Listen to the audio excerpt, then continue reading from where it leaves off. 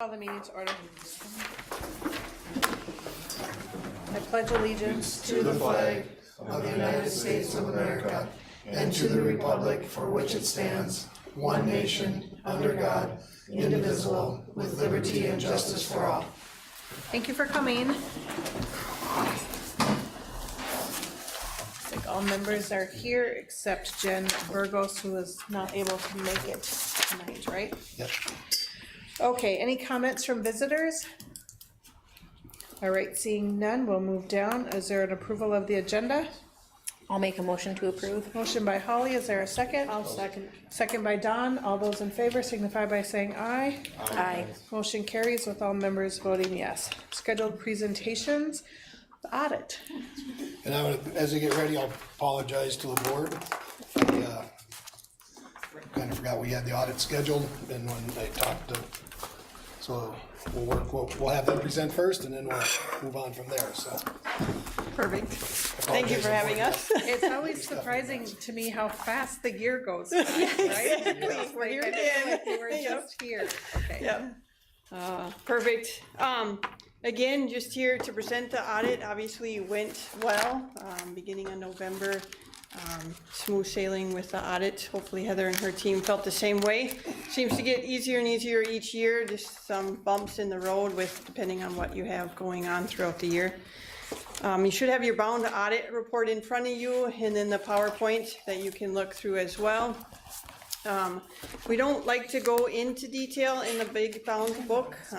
Feel we put you to sleep when we do that. So we like to stay with the PowerPoint, gives you some graphs of where you've been and then where you're at currently. So we'll start there. We'll go to page 2. We'll do some required communications here. So our primary responsibility as auditors is to provide an opinion on the fairness of the financial statements presented tonight. We do review internal accounting controls. We want to make sure that there's controls in place and that they're working. We don't test every transaction. We do some detail level transaction testing, and then we do some higher level comparisons, budget to actual, and then prior year to current year. Significant accounting policies, those are going to be in note 1 to the financial statements. No unusual transactions and no new GASB standards implemented. I think that was the first year in quite a while, but there'll be new ones next year, of course. Page 3, within the bound document, remember there are management judgments and accounting estimates. We work with management right up till we issue to make sure those are the best estimates that we have. Page 4. No difficulties encountered in performing the audit. We come in just a couple of days and then we do the rest remote. Everything seems to go as scheduled. Corrected and uncorrected misstatements. So when we come in and to do the audit, we don't have any corrected adjustments. So really the information you're getting month to month is very accurate and you can rely on that to make your decisions. Uncorrected, we passed on the subscription-based information technology arrangements. Really overall immaterial, didn't feel it added value to the audit, so we did pass on that. Page 5, overall the summary of audit results. So here we issued an unmodified or a clean opinion on the financial statements. So really highest level of assurance that we can give. 2 material weaknesses. Segregation of duties, obviously just not big enough to separate out all those duties within the accounting. And then preparation of the financial statement. So we prepare the bound document. We do have Heather review that in detail, make sure she's in agreement with those numbers. Uniform guidance, so the single audit piece of it, you spent over $750,000 of federal dollars. So we do have to do additional testing. The program that we tested this year was the Education Stabilization Fund. So we had to do additional testing over that and had no findings noted. So overall clean report. And then Minnesota compliance, we do about a 25-page checklist there and no findings noted. Perfect. So starting on page 7, we'll get into some of the fund financial trends. So we'll start off with general fund here. Revenues came in about 16.4 million, expenditures 16 million. There was some other financing sources of about 152,000. Most of that was insurance proceeds. I believe you had some fire damage that you got reimbursed for through insurance. Net increase for fund balance 498,000, leaving ending fund balance at 5.31 million. Overall, unassigned fund balance did increase a little bit. On the assigned fund balance decreased, kind of offsetting a little bit with each other there. The policy does state that you'll strive to maintain at least 25% of general fund operating budget. Actual is sitting at 26%, so pretty much right on target there for your policy. And then budget to actual there at the bottom. So revenues came in about 186,000 higher. Most of that was due to some additional state funding. And then expenditures came in 106,000 lower. Most of that was capital outlay. So a net higher than budget of about 283,000. Okay. Slide 8 will be over food service. So revenues 928,000, expenditures 936,000. So net change in fund balance of a decrease of about 8,000. Ending fund balance is sitting at about 314,000. You'll want to look at spending that down over the next couple years. We normally see it closer to the 2020 balance, 2021 balance, so a little lower than what it is now. Budget to actual revenues came in about 71,000 higher. Most of that is the additional state and federal due to the free meals that you're not getting reimbursed for. And then expenditures about 6,000 lower than expected, so net higher than budget about 77,000. So okay. Slide 9 will be community service fund. Revenues came in about 686,000, expenditures 728,000 for a net decrease of 42,000. Ending fund balance is sitting at 413,000. That is looking okay right now, but just continue to monitor expenses as over the next couple of years. Restricted fund balance did decrease, obviously. Most of that is spending down that taconite revenue from taxes. So budget to actual there at the bottom. Revenues came in 25,000 higher. That's going to be a mixture of taxes, interest, and additional federal revenue. And then expenditures were pretty spot on, about 1,000 lower than budgeted. Okay. Slide 10 will be debt service is at the top there. So revenues for debt service came in at 252,000, expenditures 257,000, a net decrease of about 5,000, but your ending fund balance of 71,000 still looks strong, being able to make future debt payments as they come due. And then the bottom part is going to be the building construction fund. So revenues about 16,000, expenditures 769,000. Obviously a big decrease of 753,000, but your ending fund balance is at 62,000. So you're definitely spending down those bond proceeds from a couple years ago. So. All right, slide 11 is kind of just a pie chart of where most of your revenue sources are coming from for this year. So obviously your largest piece is going to be the state revenue. The next slide, slide 12, is going to be the breakdown of those sources over the past 5 years. So obviously state is going to be the largest. Most of that is general education aid. There was a decrease in ADM and enrollment this year, but that was offset by an increase in the funding per student. So that did overall increase. There were some additional revenue sources for state this year as well. And then food service had that large increase due to the refunding from the meals, the free meals. So, right. Slide 13 is gonna be the expenditure breakdown for this year. So the largest category here is obviously gonna be your instructional, so that's heavily on your teacher salary and benefits. And then slide 14 will be the breakdown of those categories over the last several years. Instructional, again, largest category there. There were new contracts this year, so you'll see that slight increase from the previous years. I feel like in the past, we've had Yes. the instructional be closer to around 70 or 72%, but maybe there were other things that were included in that. Yep, that I believe is the capital outlay. On the next slide, you'll see that capital outlay, even though it's really small, it did increase significantly this year. That's gonna be the purchase of your buses, some vehicles, the tennis court project, I believe, wrapped up. So you had additional expenses for that, and then the fire restoration was also coded in there. So then that will skew your pie chart, right? It'll make that look bigger than what it normally is. Okay. Yep. Perfect. Okay, so this next slide goes into your average daily memberships. Like Mallory had said, definitely a decrease this year. So that really changes your funding and the way you get funded. So you went from about 1,014 students to about 981 students there. Each of those categories dropped. And then of course with your higher, your secondary dropping as well, that 1.2 drops even more with your weighted. Does that amount change if you're in district or out of district? Is it just exclusively number of students Just in number a of seat? students. Okay. Yep. Yep, so who you have in the door. So page 16 kind of shows you that too.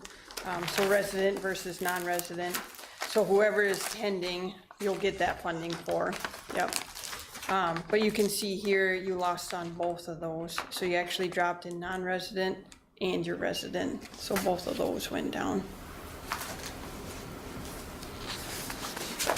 Okay. Page 17, just like to give you a brief overview of your enrollment gains and losses. This year is the first year in a couple of years that you actually dropped in your difference between your open enroll versus those that go out and enroll somewhere else. So on page 18, just like to show you the general fund overall, your fund balance by category. You can see far right, your unassigned fund balance there increasing from prior year, again with your offset being assigned, restricted staying fairly similar to prior year. The bottom is from the state calculation, so they run a calc and they say, okay, you have to be at better than the 2.5% or you are in statutory operating debt right now, so you're at about 34.9% there, so plenty above what the requirement is. What's the number for SOD on that? 2.5. What is it? 2.5%. 0.5. Low. Yeah. Okay, page 19. Again, just a brief overview. So one of your bond payments dropped from last year. So now you're continuing to just pay off the remaining of that. So that's why your revenue and expenditures will drop. Again, you have to levy 105% of those principal and interest payments to make sure you're collecting enough to make those payments. And then whatever fund balance you have left would be to help with that as well if you ever had a lower year.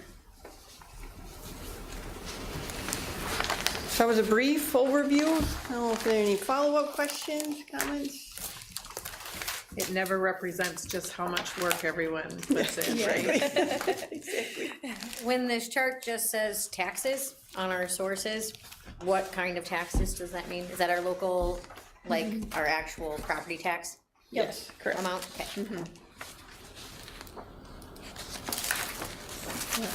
And then something to, with the state increasing funding, a lot of that came in was really restricted, right? So you could only spend it on certain items. So it's not like you got a free fall of money. It's, okay, you can spend it on X, Y, Z. So when you look at your restricted fund balances, it's really hard to spend them down. So if you do go over, a lot of times it's coming from that unassigned, because you don't meet these categories where that funding is coming in. And by no means are you the only district that struggles with that. That's the hardest part with educating the public, right? Yes. Is the concept of all these different buckets and the restrictions on the money, and how can you can have overflow here, but not enough here. Not enough there. Well, that gets into the idea, the concepts that came out of last legislative session, where we had historic funding in public education, but we also had historic mandates, which we talked about. Much of it was already assigned for us before we got it, so. Yeah.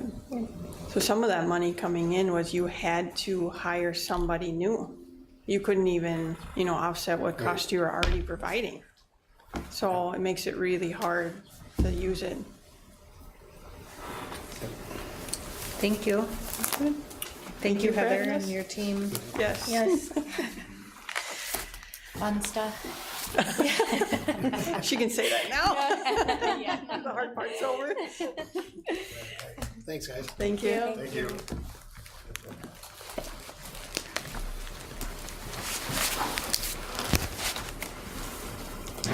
Okay, next is, do we need to approve the annual audit then? Okay. Yep. I'll make a motion to approve the annual audit. Motion by Holly, is there a second? I'll second.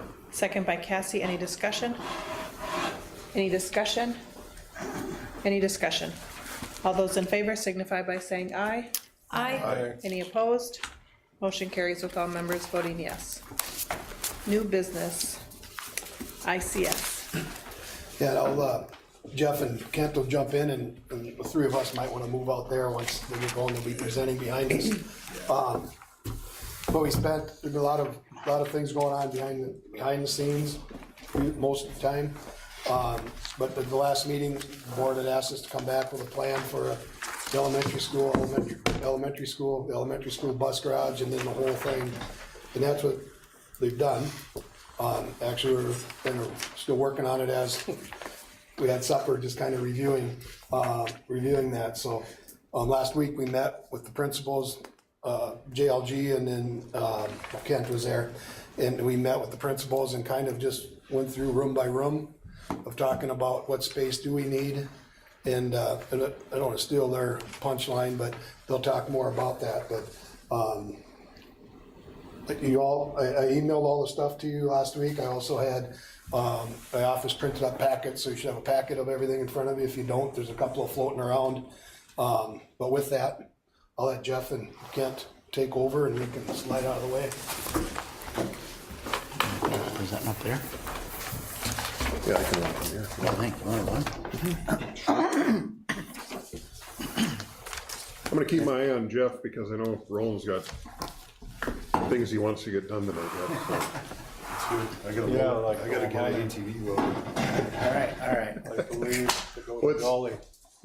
What you're gonna see today is just their points. I mean, the questions that you asked are great questions, but there's probably been 20 individuals and probably a couple hundred hours that have gone into just getting the information for these points. So it's on a continuum. So again, I'm gonna pull you back together if we get too deep in the weeds, because it's really easy to get deep in the weeds with this stuff. It's way too early for that. We'll put a lot of time and effort into this to try to get as accurate information as we can. It's not so easy to say, what's the cost of a new elementary school at Menards, and here it is, and it's $10.99, and here's tax impact. Is there 11% discount on that? What's it? Yeah, it comes in the form of a Everything you gift can card. fit We in the have to bag. spend it with Get them again. 11% rebate? Well, we're hoping with the IRRB that maybe there will be.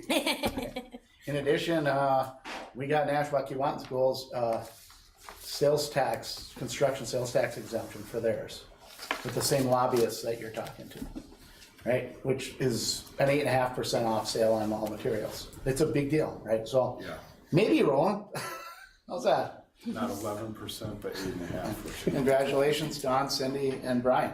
Thank you. Thank you. Yeah, that's pretty cool. All right, we're gonna go through a bunch of stuff. we put a ton of time and effort to make it as detailed as it can be, but please make sure you understand this, it's rough, and it could, and hopefully would come down. Make sure you're sitting down when we get to numbers. Construction costs have gone up a lot. Interest rates have gone up. So the tax information we have has high interest rates. The cost of construction, it's too bad this thing get done 10 years ago. A lot easier for you folks. It didn't, right? All right, ICS, I added this morning because, just so you know, we're good at referendums. We do a lot of K-12 referendums. We always build the projects. We're your partner and your team. So when we're trying to give you numbers, we're gonna try to give you as accurate a number as we can. And also, you don't want too low a number as a school board, because you pass something, everybody's expectations here, and you deliver this, right? At the same time, we don't want it too big.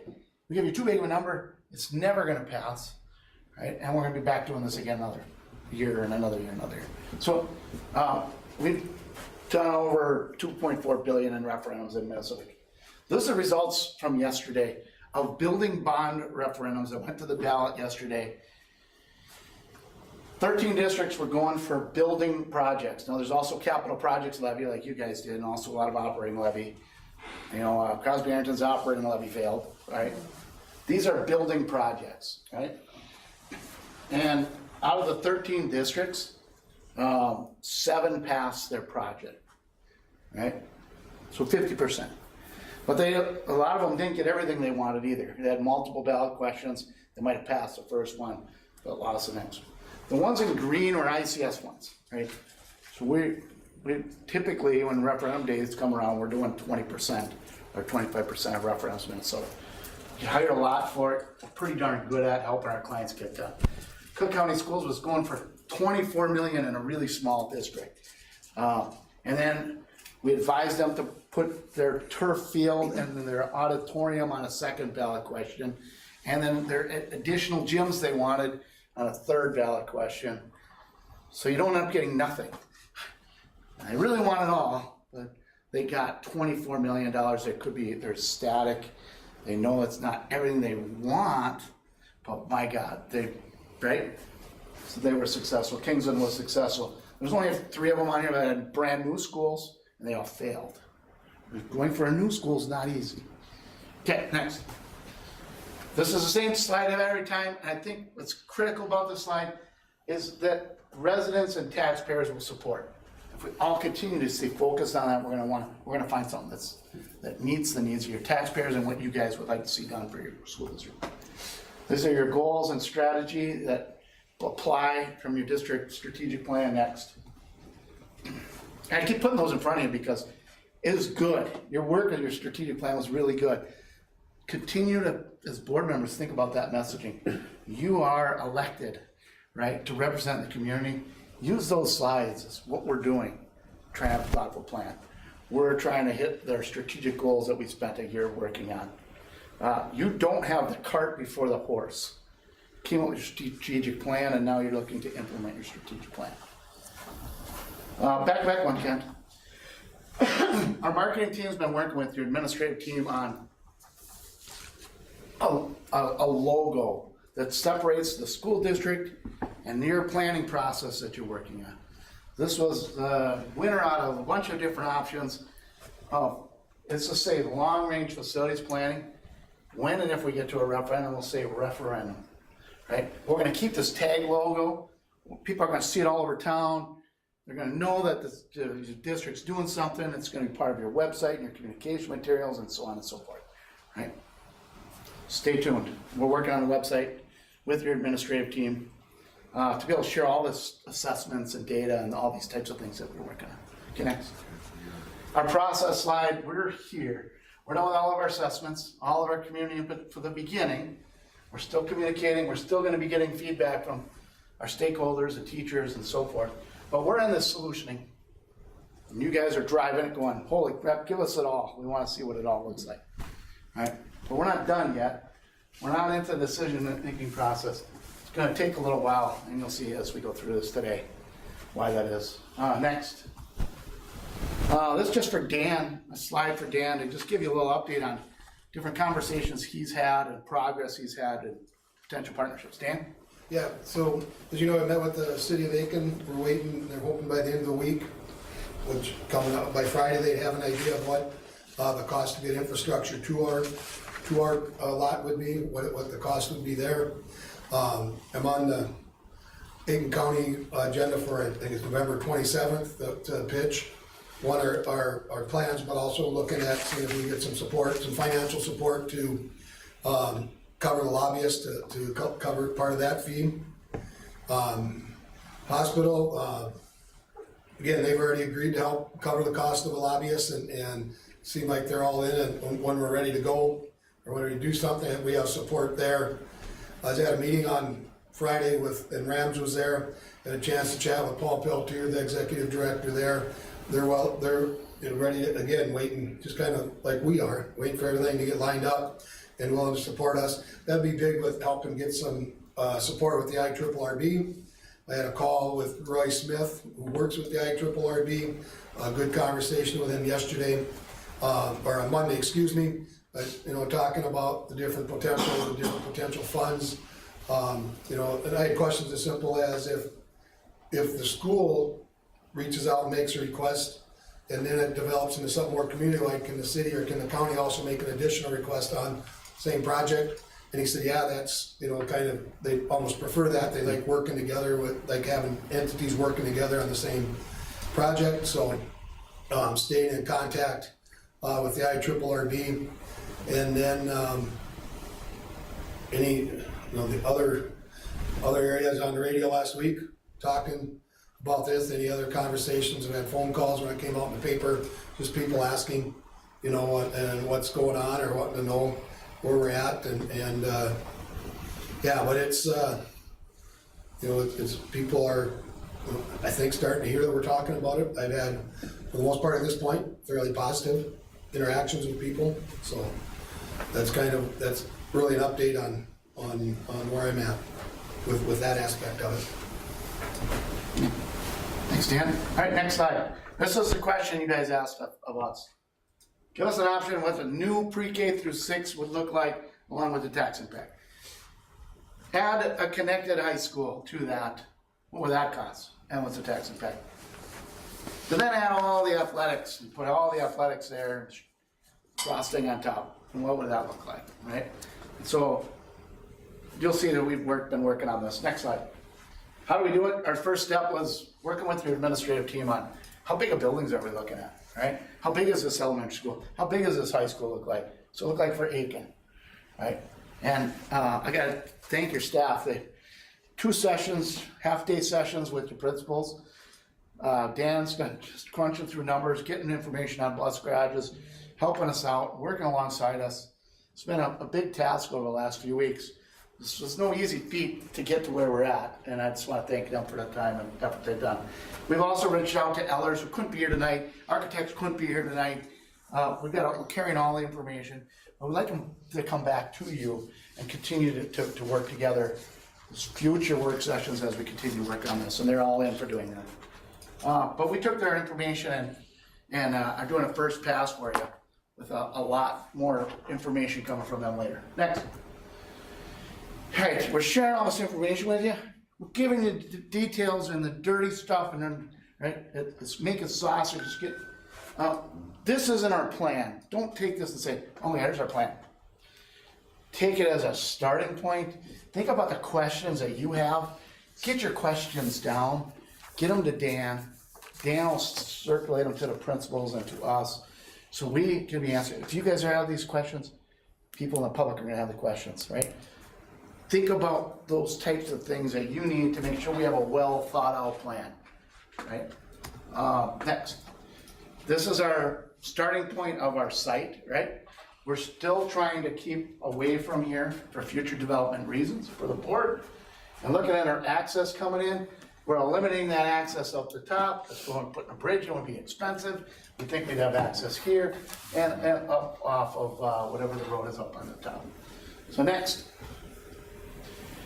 So as you start thinking about, just give us what does it take to do an elementary school? And your principals appreciate it because they've been asking all these questions and trying to answer a lot. How many kids? are we gonna be serving in this elementary school?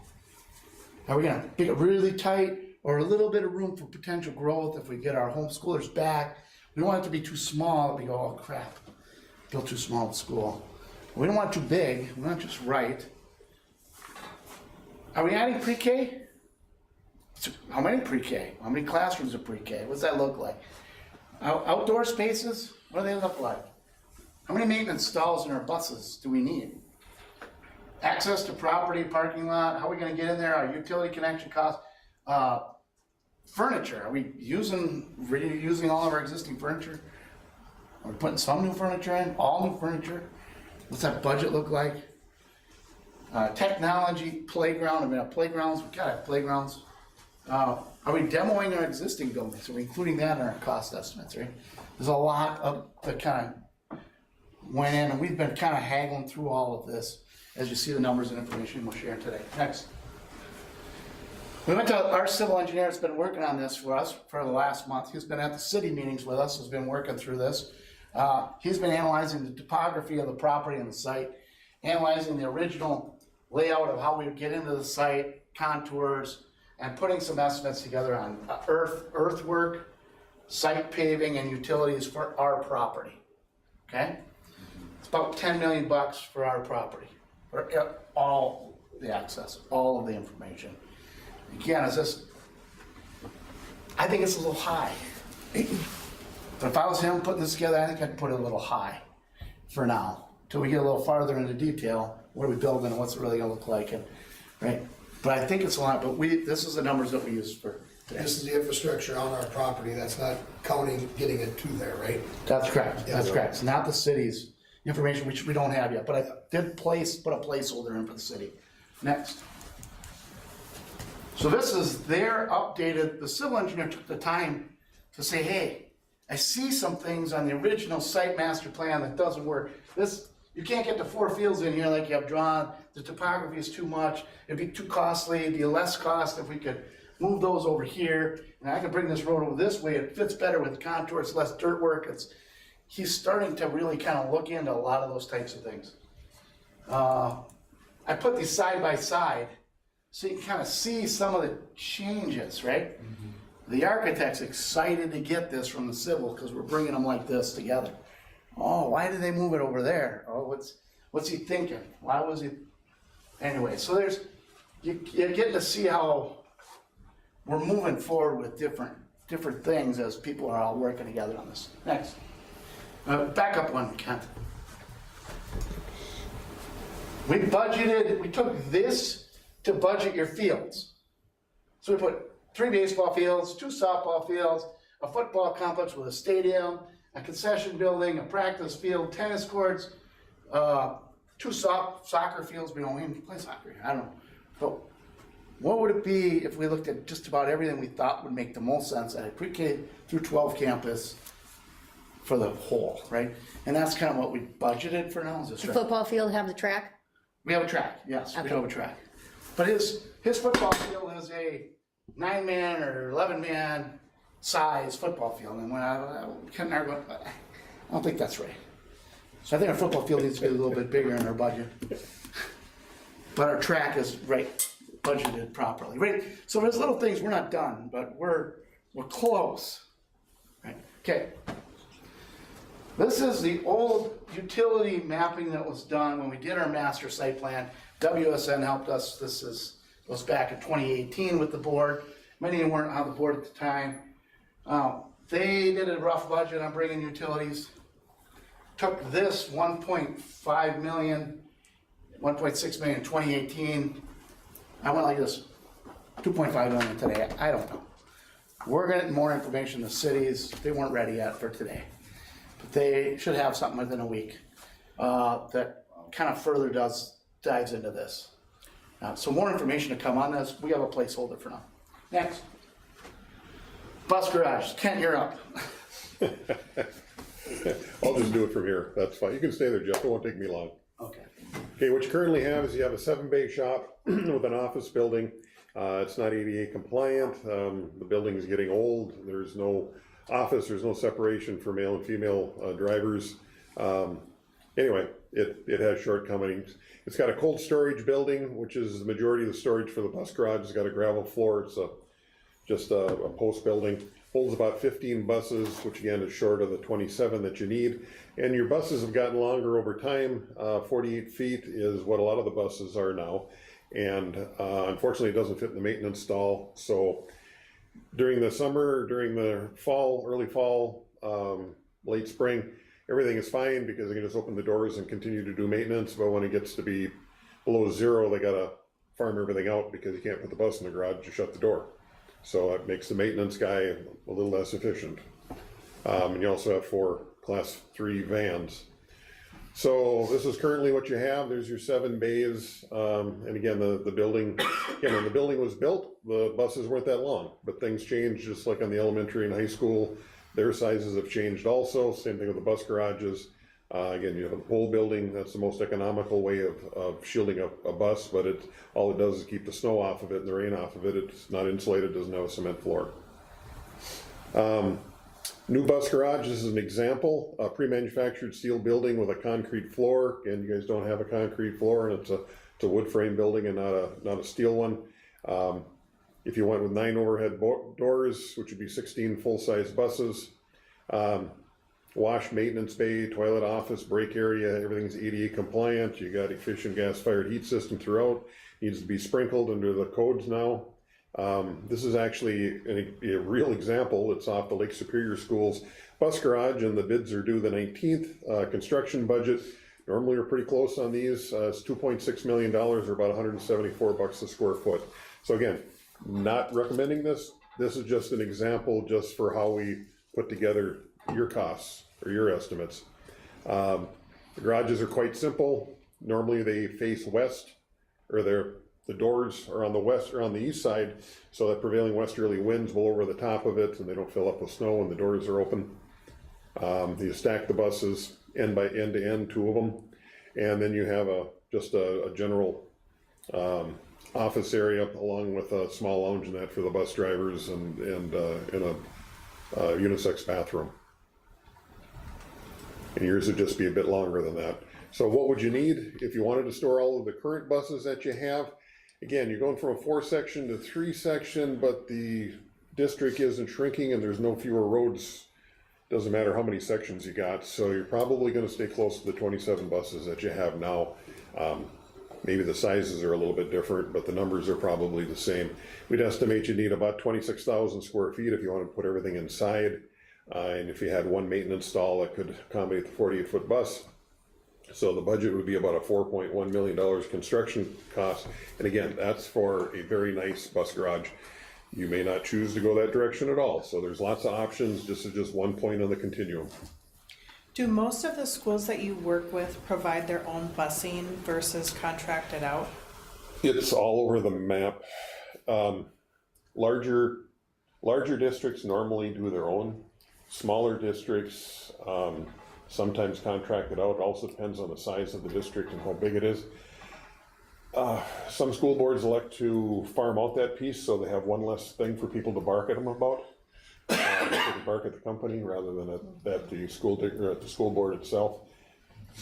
It's something that the board may want to look into, but I don't believe there's an overwhelming push for districts your size or like you that are running that direction.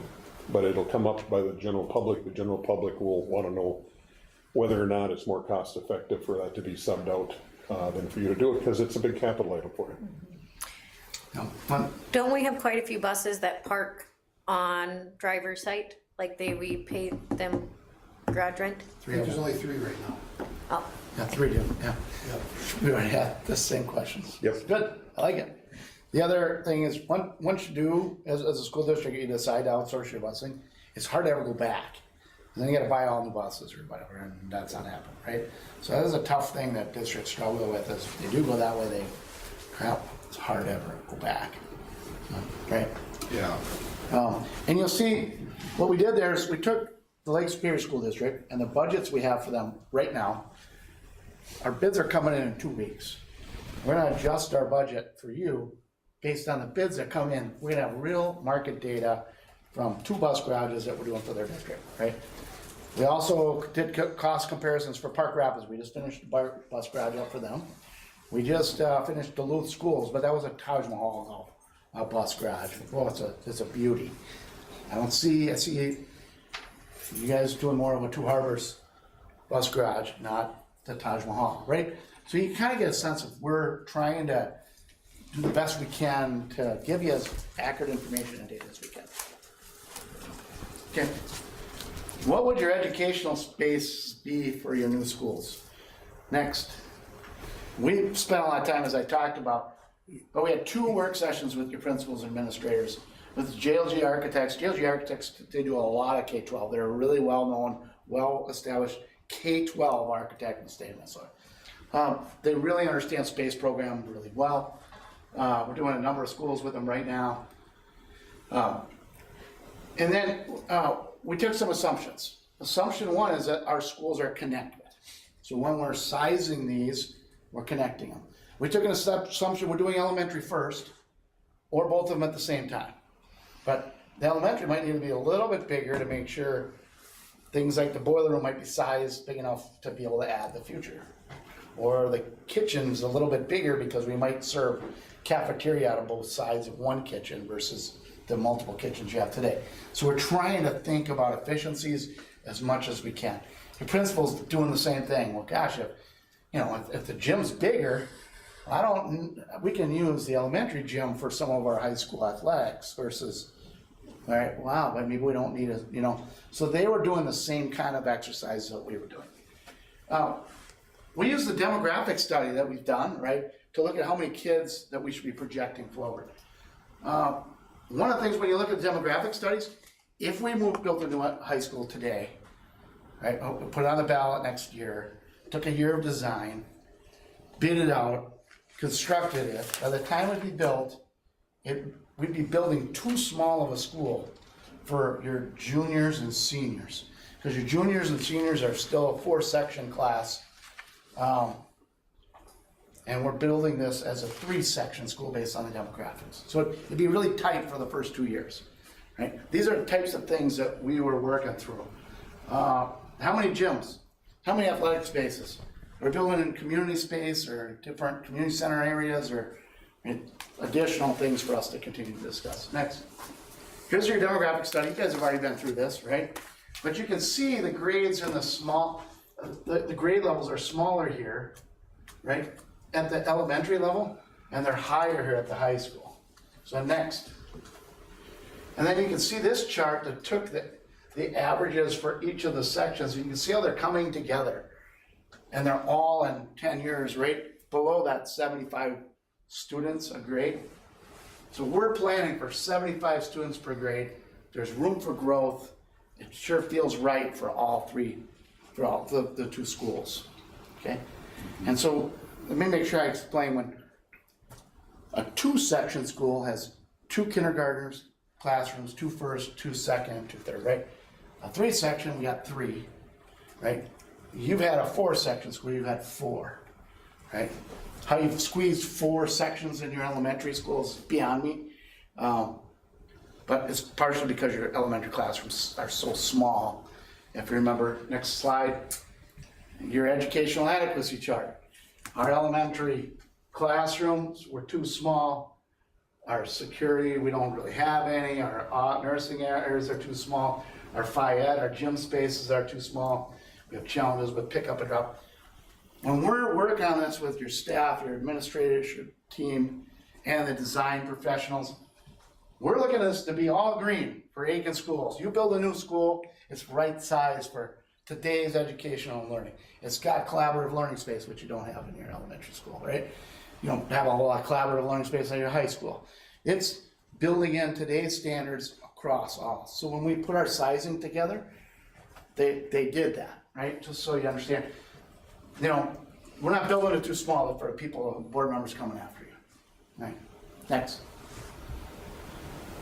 All right, this was my work. I took MDE standards. They have guidelines on what an elementary should be. These are the types of things when we submit our review and comment to the Department of Ed, they're going to check. They're going to look.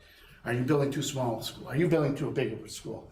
They're going to check our budgets. Is the school's budgets are way too low, is Aiken going for too small of a, or too high, or they do this kind of stuff. So we try to do it in advance and use it as a starting point, right? Based on how many square feet we have, based on how many enrollment we have, we should have a school for 75 kids in pre-K through 12 at $135 square feet per student, which is the middle, not the Taj Mahal. Too big, it's not too small. Should be building an elementary about 81,000 square feet. MBE guidelines are old, that they don't do a good job of taking in special ed space. They don't have collaborative learning space. I added 4,000 square feet.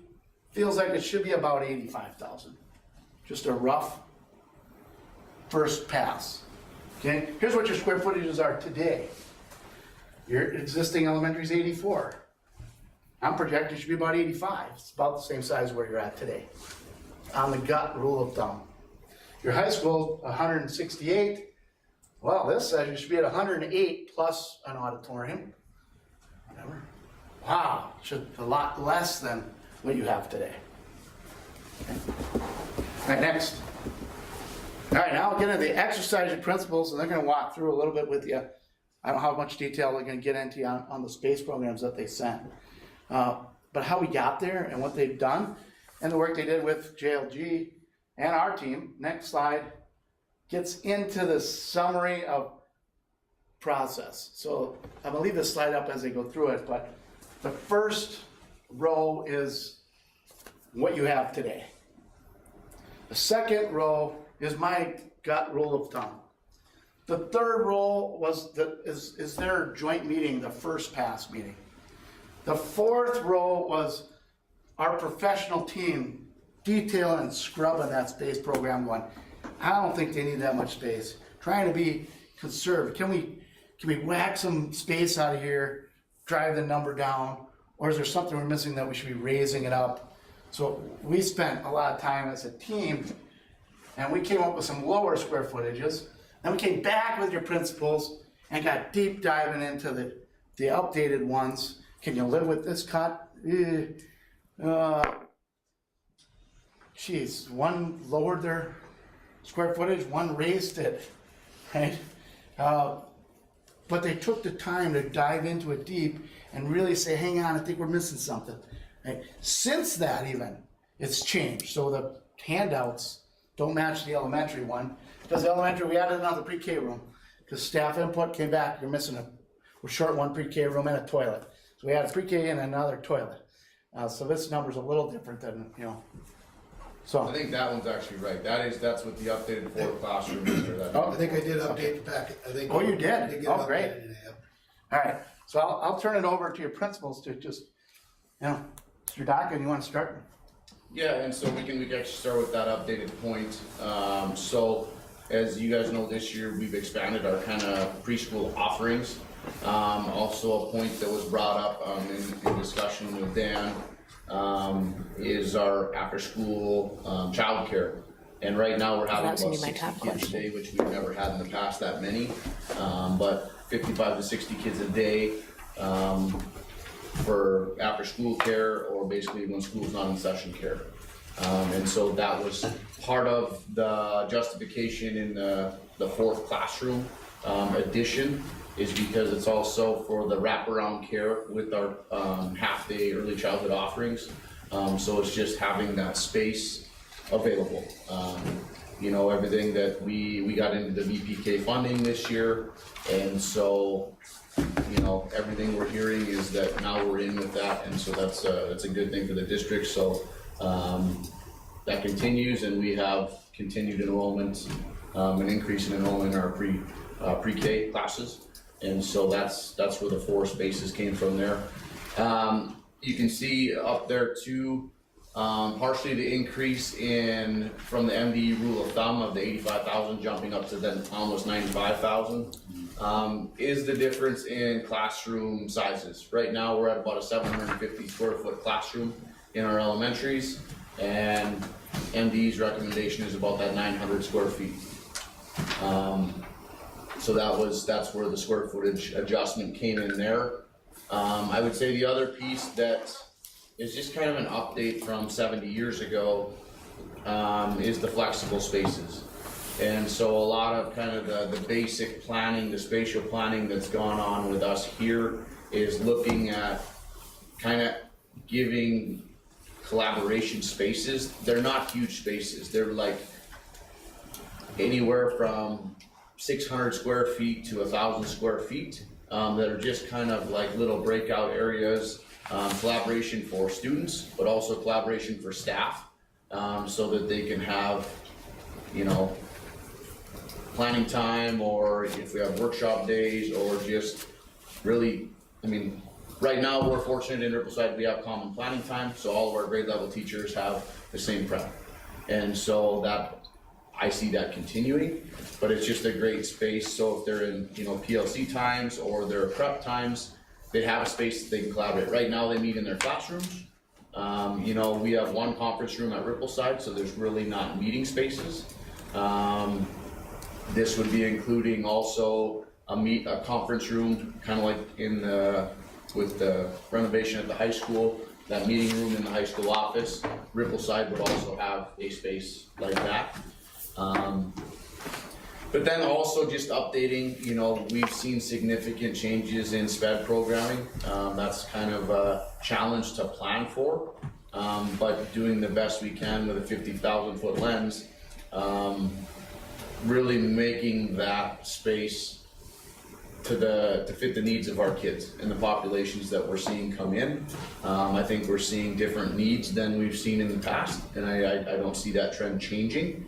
And so really just being conscious and thinking about the flexibility and the usage of those spaces. So that was a change from our current building, because we just have older spaces, so we've tried to, you know, utilize those spaces as appropriate as we can, but it's a challenge. So, you know, the details are on the elementary school space program draft that Dan shared with you. I would just go ahead and look through that. If you have any questions, or if you have already looked through it and have questions, I would love to entertain questions at any point if you have them. Another significant piece that it's on a future slide is our current gym space is 3,200 square feet. And it was a discussion, do we just do a single court at the elementary? We talked about versatility, especially with what we feel like is always a shortage of gym space with the activities that we have. The proposed that what would be a new elementary is 8,500 square feet.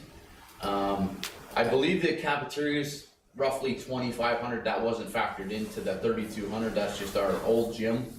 So we do have that space, but you can still see we're gaining space. So that's an additional, which bumped that number up from that 85,000 to the 94,500. But the versatility is here is you have a full, you can put a curtain in the middle there, and you could actually have two spaces to utilize at once. But then if you have, you know, tournaments or you have whatever going on, you can see the red court in the middle is a full-fledged like high school league court. And so you could play a JV, if you had a varsity JV tournament here, you could run it at both sites.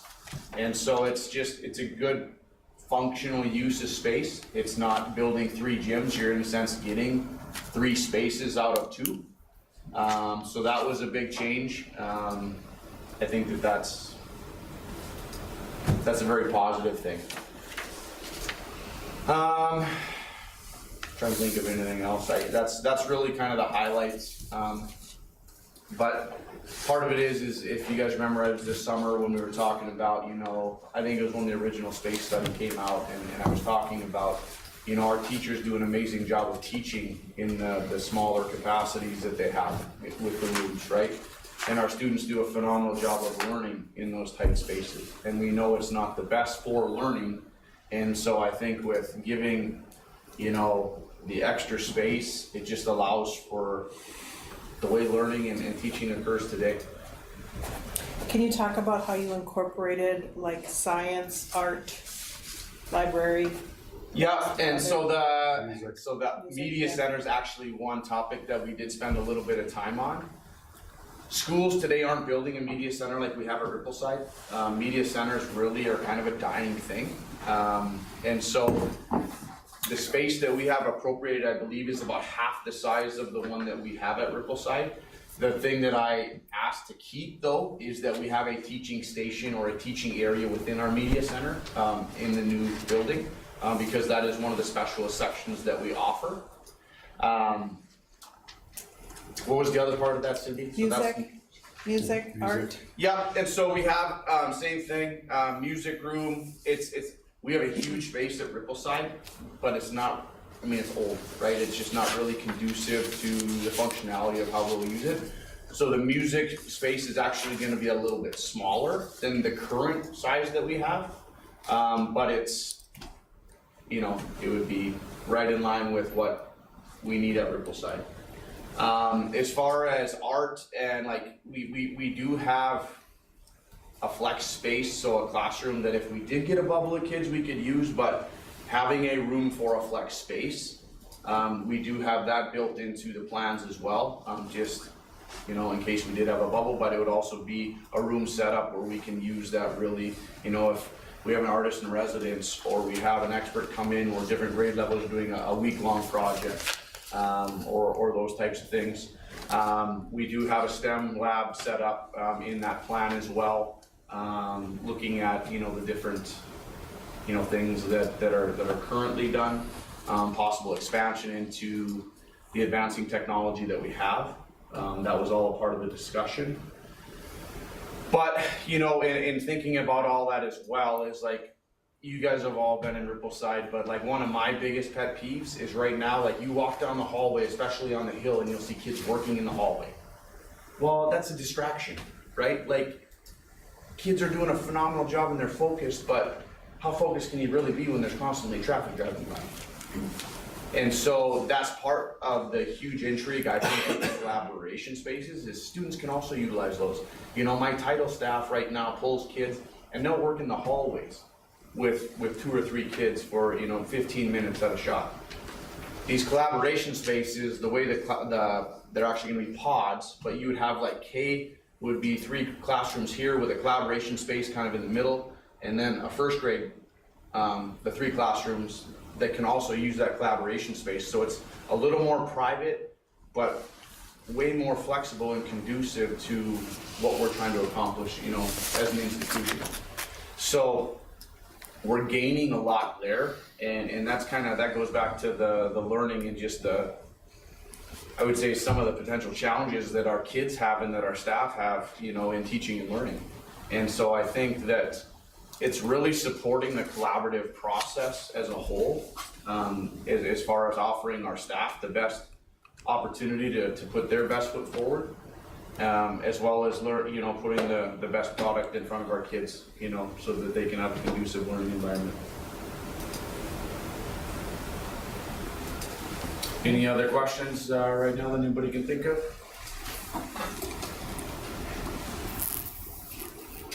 You know, the other idea too that Jeff kind of alluded to is that like our kitchens are very small. You know, that was one thing that the district kind of got hit on.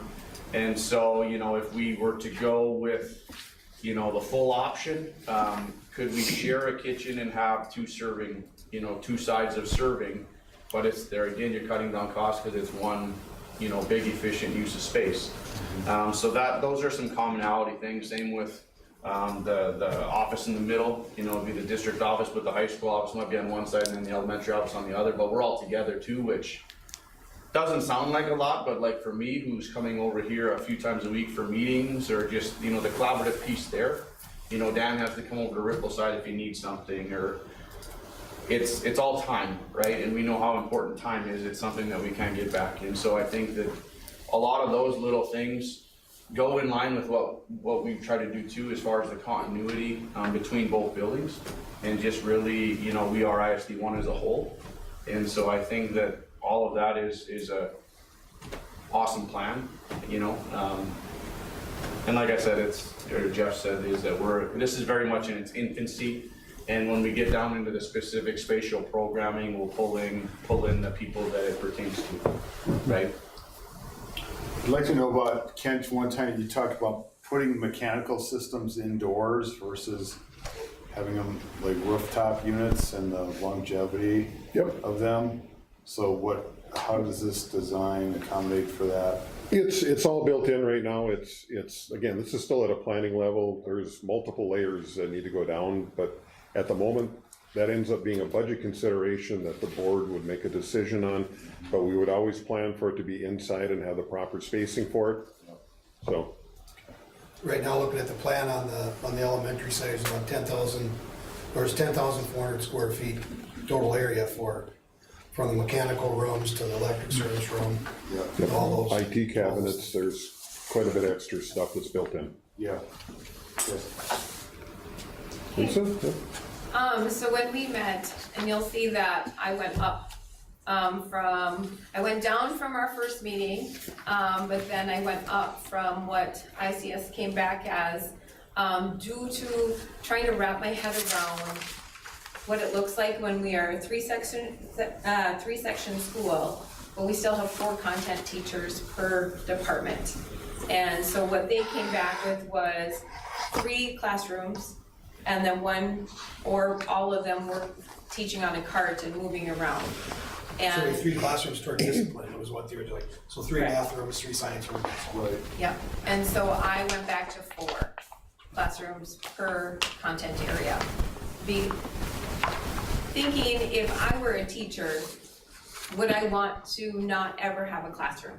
Where my home base is, where somebody's always teaching on a cart and utilizing, so I understand what they were saying is utilizing that classroom 100% of the time, where maybe we would only be utilizing that class 80% of the time instead, or 75% of the time.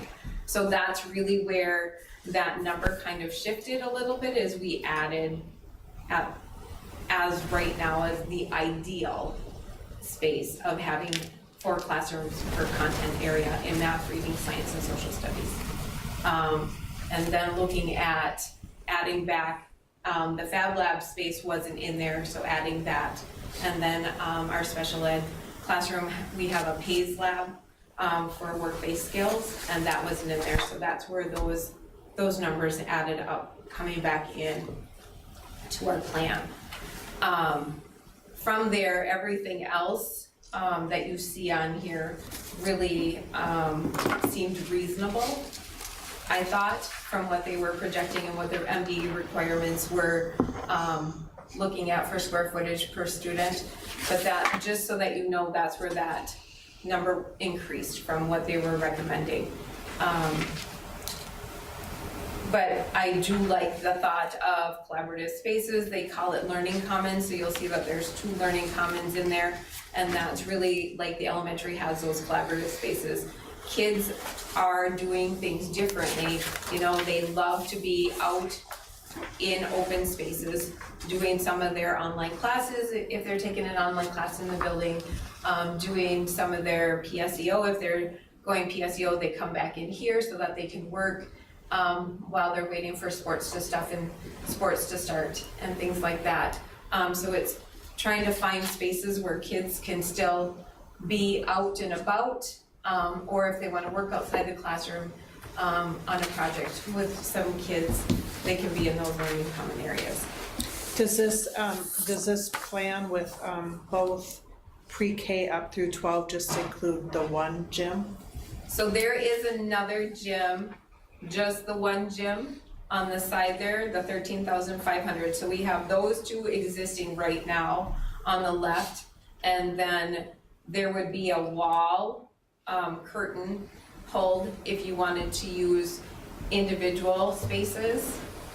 And then there would be bleachers around the 2, but there would not be bleachers by the 3rd one. So the 2 on the left is existing space in the current building? The current high school? Yes. And That's then what the we one have. on the right is the proposed new, that's for the secondary. So it's smaller? One Yeah. space, but smaller? Yeah, and when we're thinking about when we have 100 less kids in the building, do we need all of that space? I don't know. Well, we don't have enough space right now right? Right. With Yep. 2. And we knew that that was gonna be a point of discussion, that we don't have enough space as it is right now. Even when you're looking at what the elementary is to, utilizing that. You But, ask, you you ask know, questions that are right with our slides. This is, we just felt like, or at least I felt like this was a good place to start having a conversation, to say, what is it that we value, what is it that we want, and what does our community want and value? So that's kind of where we left that discussion, because we were all having that same discussion, Cindy, of, I don't think it's enough space. But in looking at the grand scheme of how much money are we willing to pay for more gyms, I don't know. Is somebody else willing to help pay for another gym? Do we get a wellness center? You know, when we're looking at all of those things, so I left it at that and said, we'll see what the community wants. And I'll say this, look at that slide, so we're actually gaining about 1,700 square feet with the new proposed. It looks like less when it comes to space, but it's actually 1,700 square feet more. And rather than permanent bleachers, you have the folding out bleachers. That's also, you get more usable space than what you Well, currently the have. current elementary gyms aren't really hardly usable. Right. Correct. It's not even competition size. Yeah, it's not Correct. for anything, so.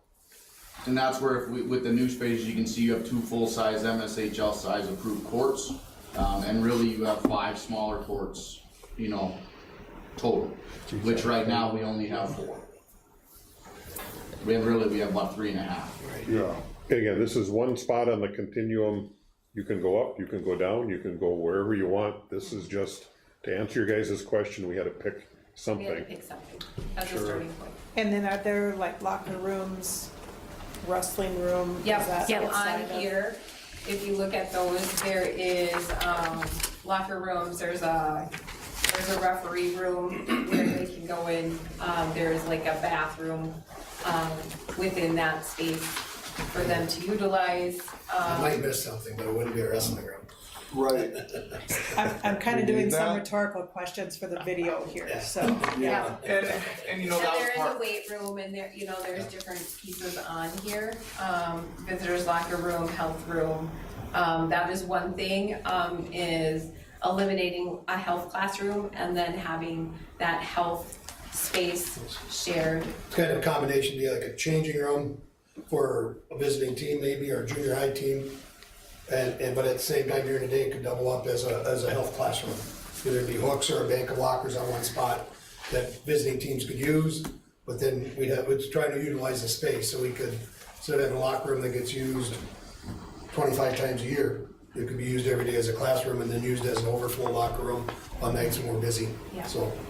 So just trying to think of how to utilize all the different spaces that we have in the building.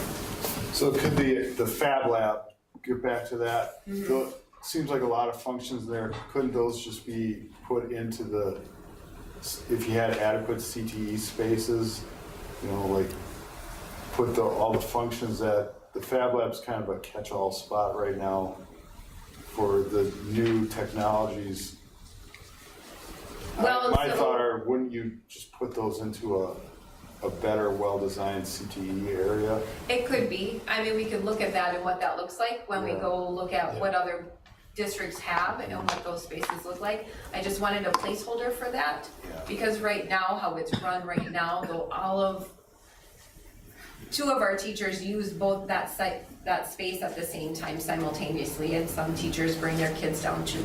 And so when you're having a math department bring down kids and they don't want to necessarily go into another person's classroom while they're teaching necessarily all day, so we left that Fab Lab where it was.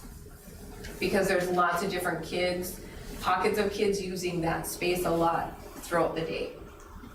So it's not just utilized by CTE is what she's saying to you.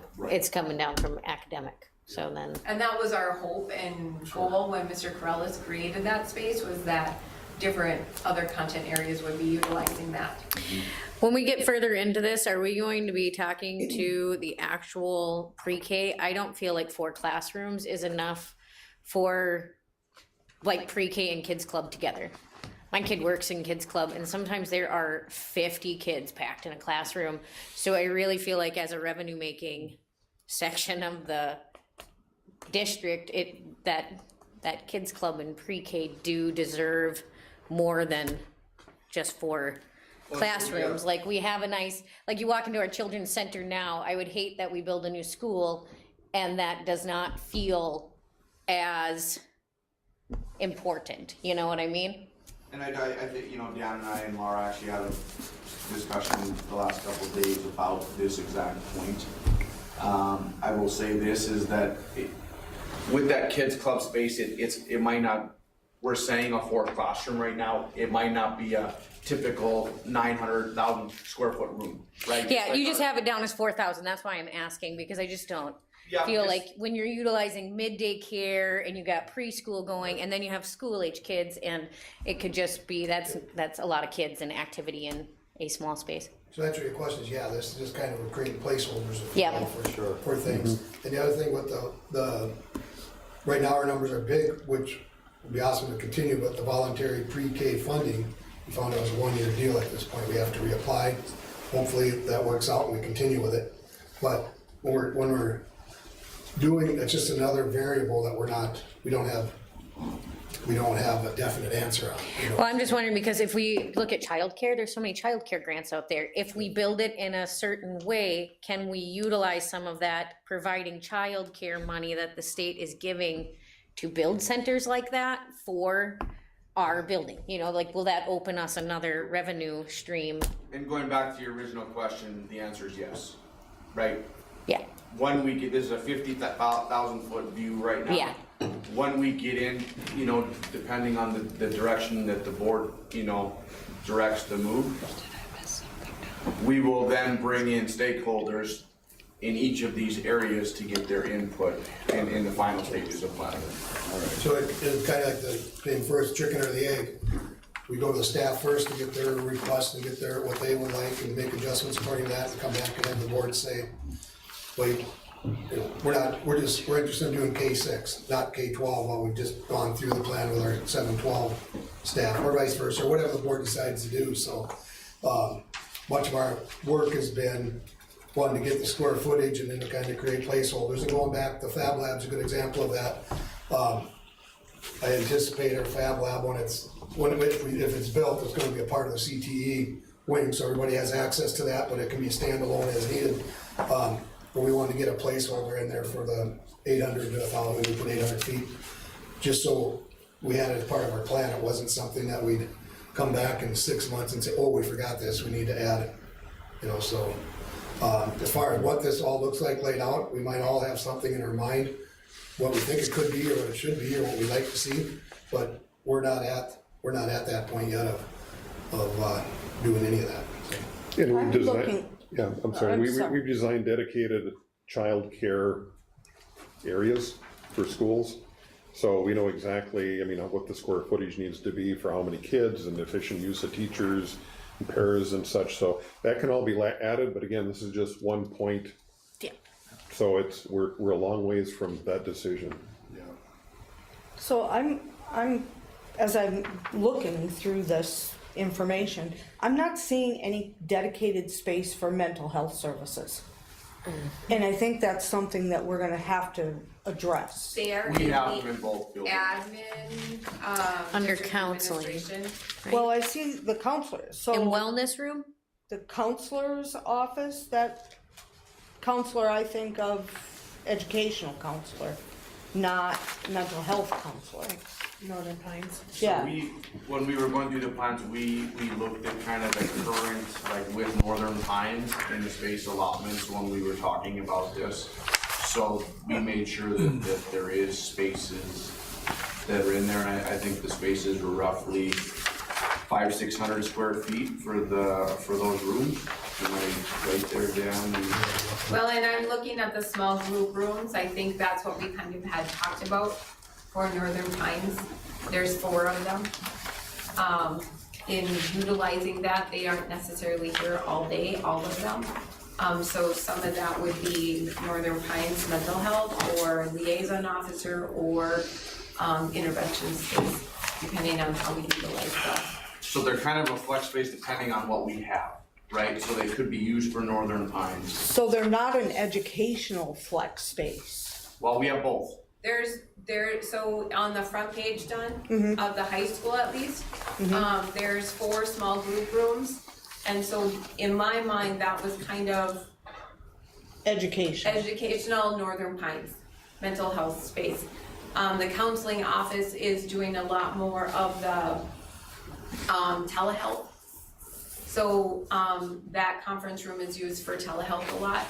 And so looking at that space, do we divide that in half? Do we keep that the same? I don't know. That's a conversation, you know.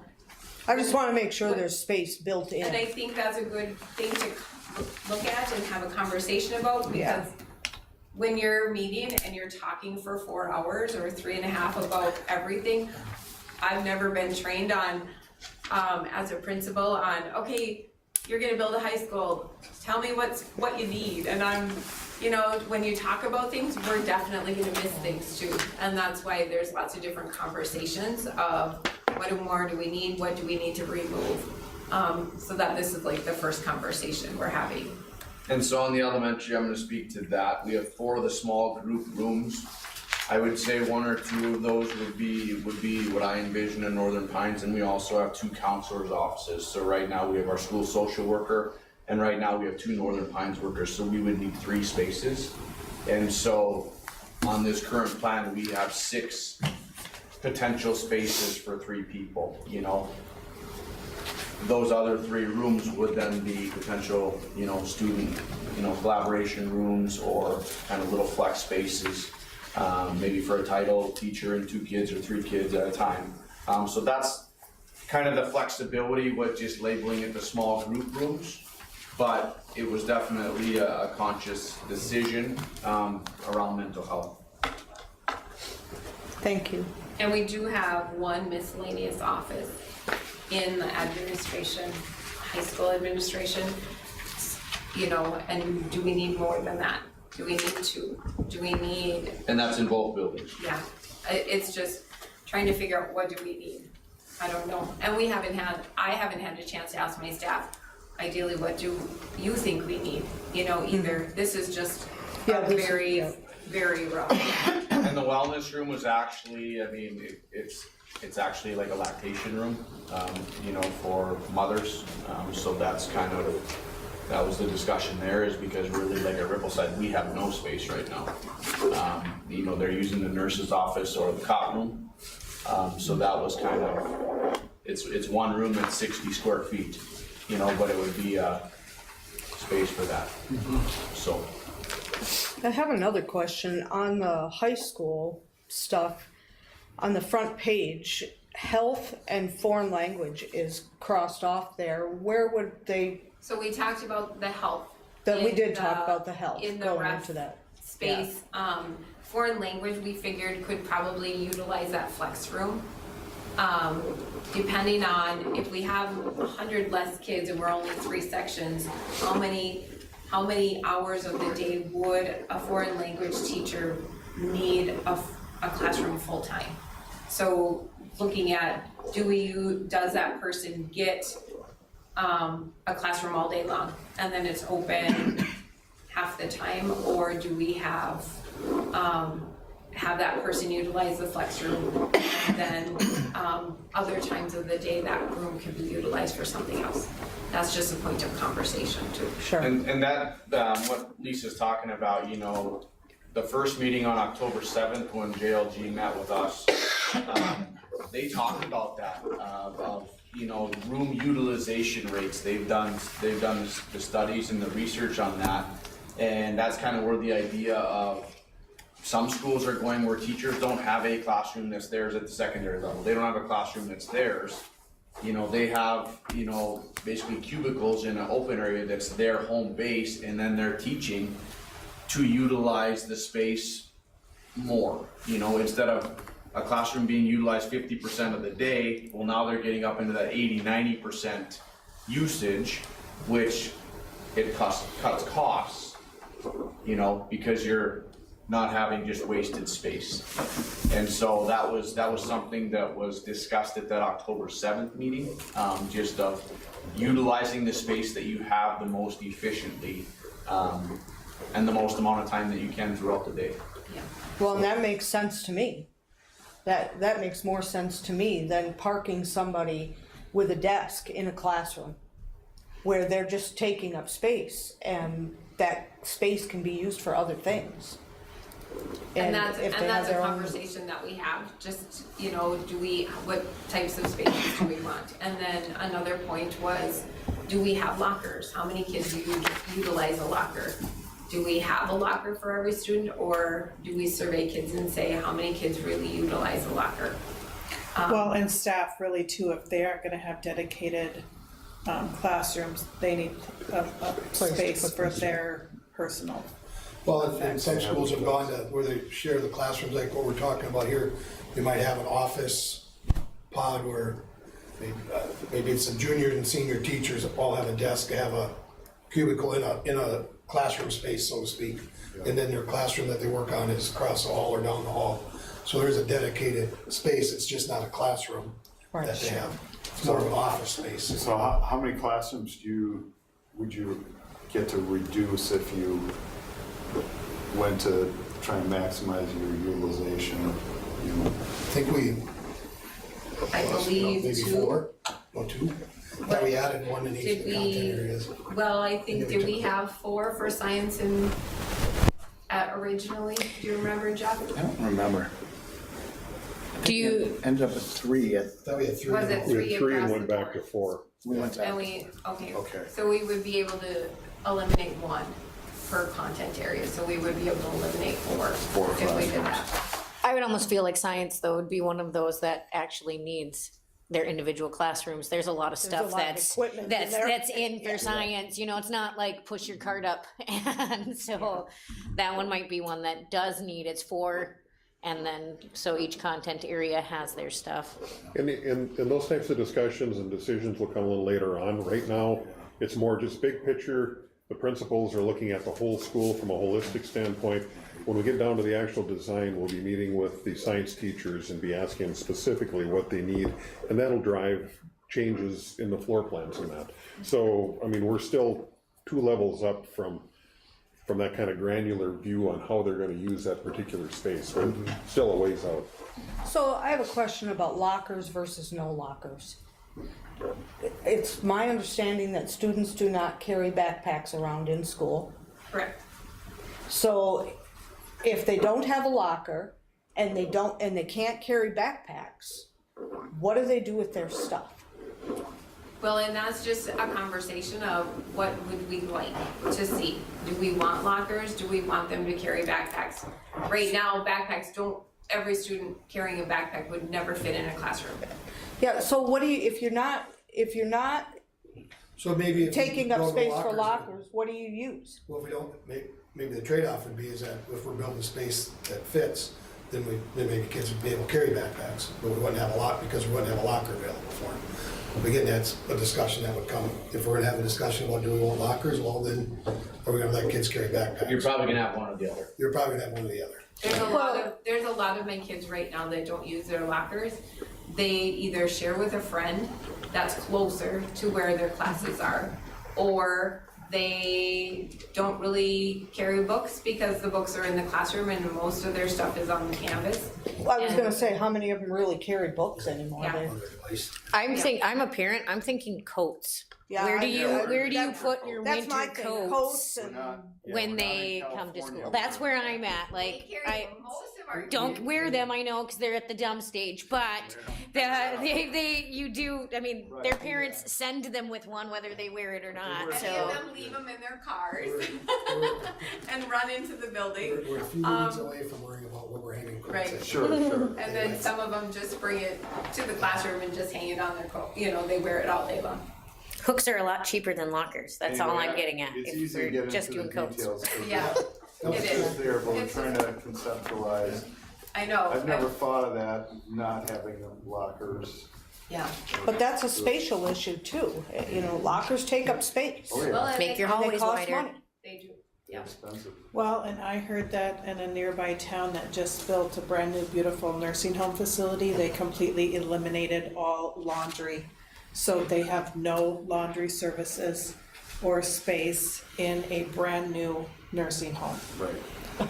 So so I know that it feels like we're in the weeds, but every building project I've been a part of, at the end, we've said, oh my God, how did somebody not think of this? So, Yeah, That's no, I why. think it's really good to have the conversations and just think about what do we need and. Well, and I what think do we about for- laundry facilities even in the school. There needs to be laundry facilities in the building for a host of different reasons. And we talked about that potentially in the nurse's office because that's where some of that has been built. I don't know where we left that exactly, Jeff, I think we did have some laundry in Yeah, the we life did. skills room too for in the special life ed. skills, Yeah, yeah.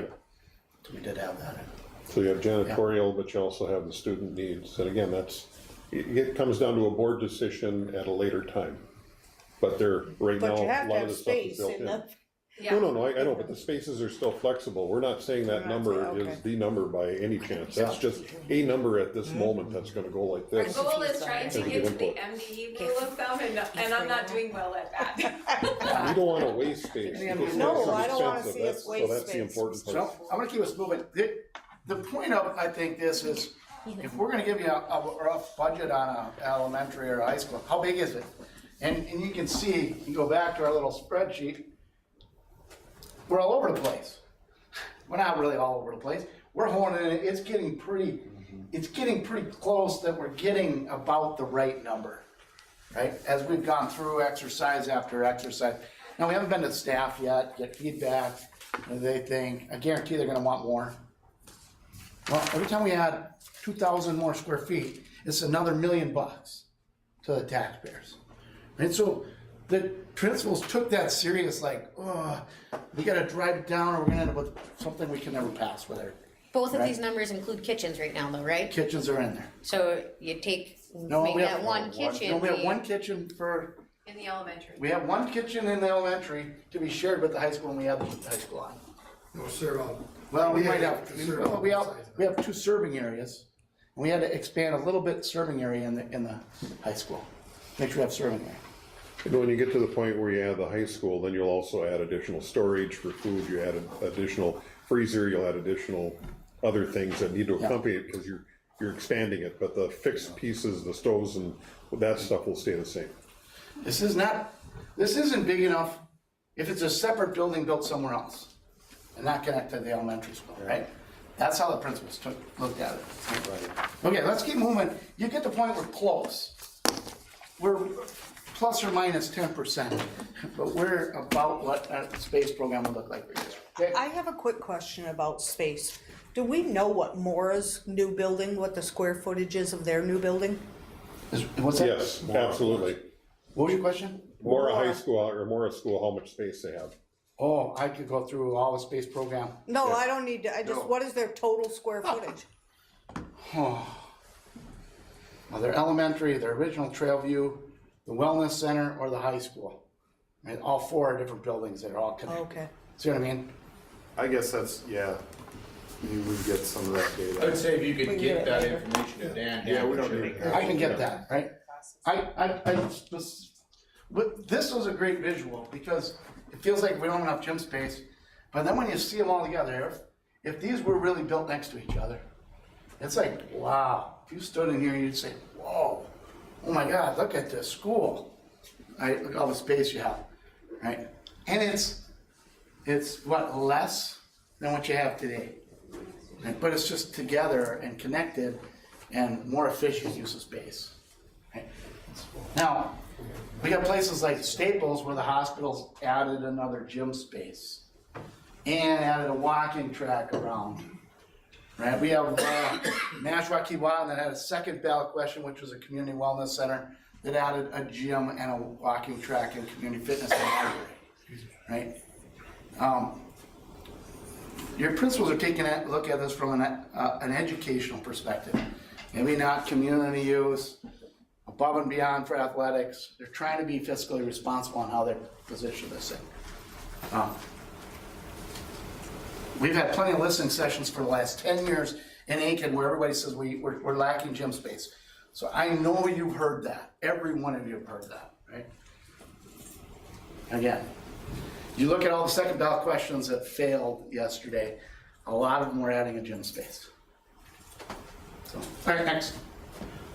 Now what do we multiply that by? Now we have our square footage, what do we multiply it by? So Kent and I went back to all of our project managers, looking at all the school projects, the most recent ones that we bid on, and defined construction costs, which of course elementary is cheaper to build than a high school. And why is that? Well, we have science rooms that are more complicated, are higher costs, there's higher technology in high school. Tech ed spaces cost more to build, right? So your cost per square foot is different. This was our best guesstimate estimate from all of the projects. Today's dollars, we added a 5% contingency, and we'll get you all this. You'll have all this information. Right? Yeah, my husband's gonna wanna know tonight. Oh, and then they're gonna tell, He's gonna wanna know how big the wrestling. and you're gonna think we're crazy. What kind of- Your numbers are out of, Take a picture of that. right?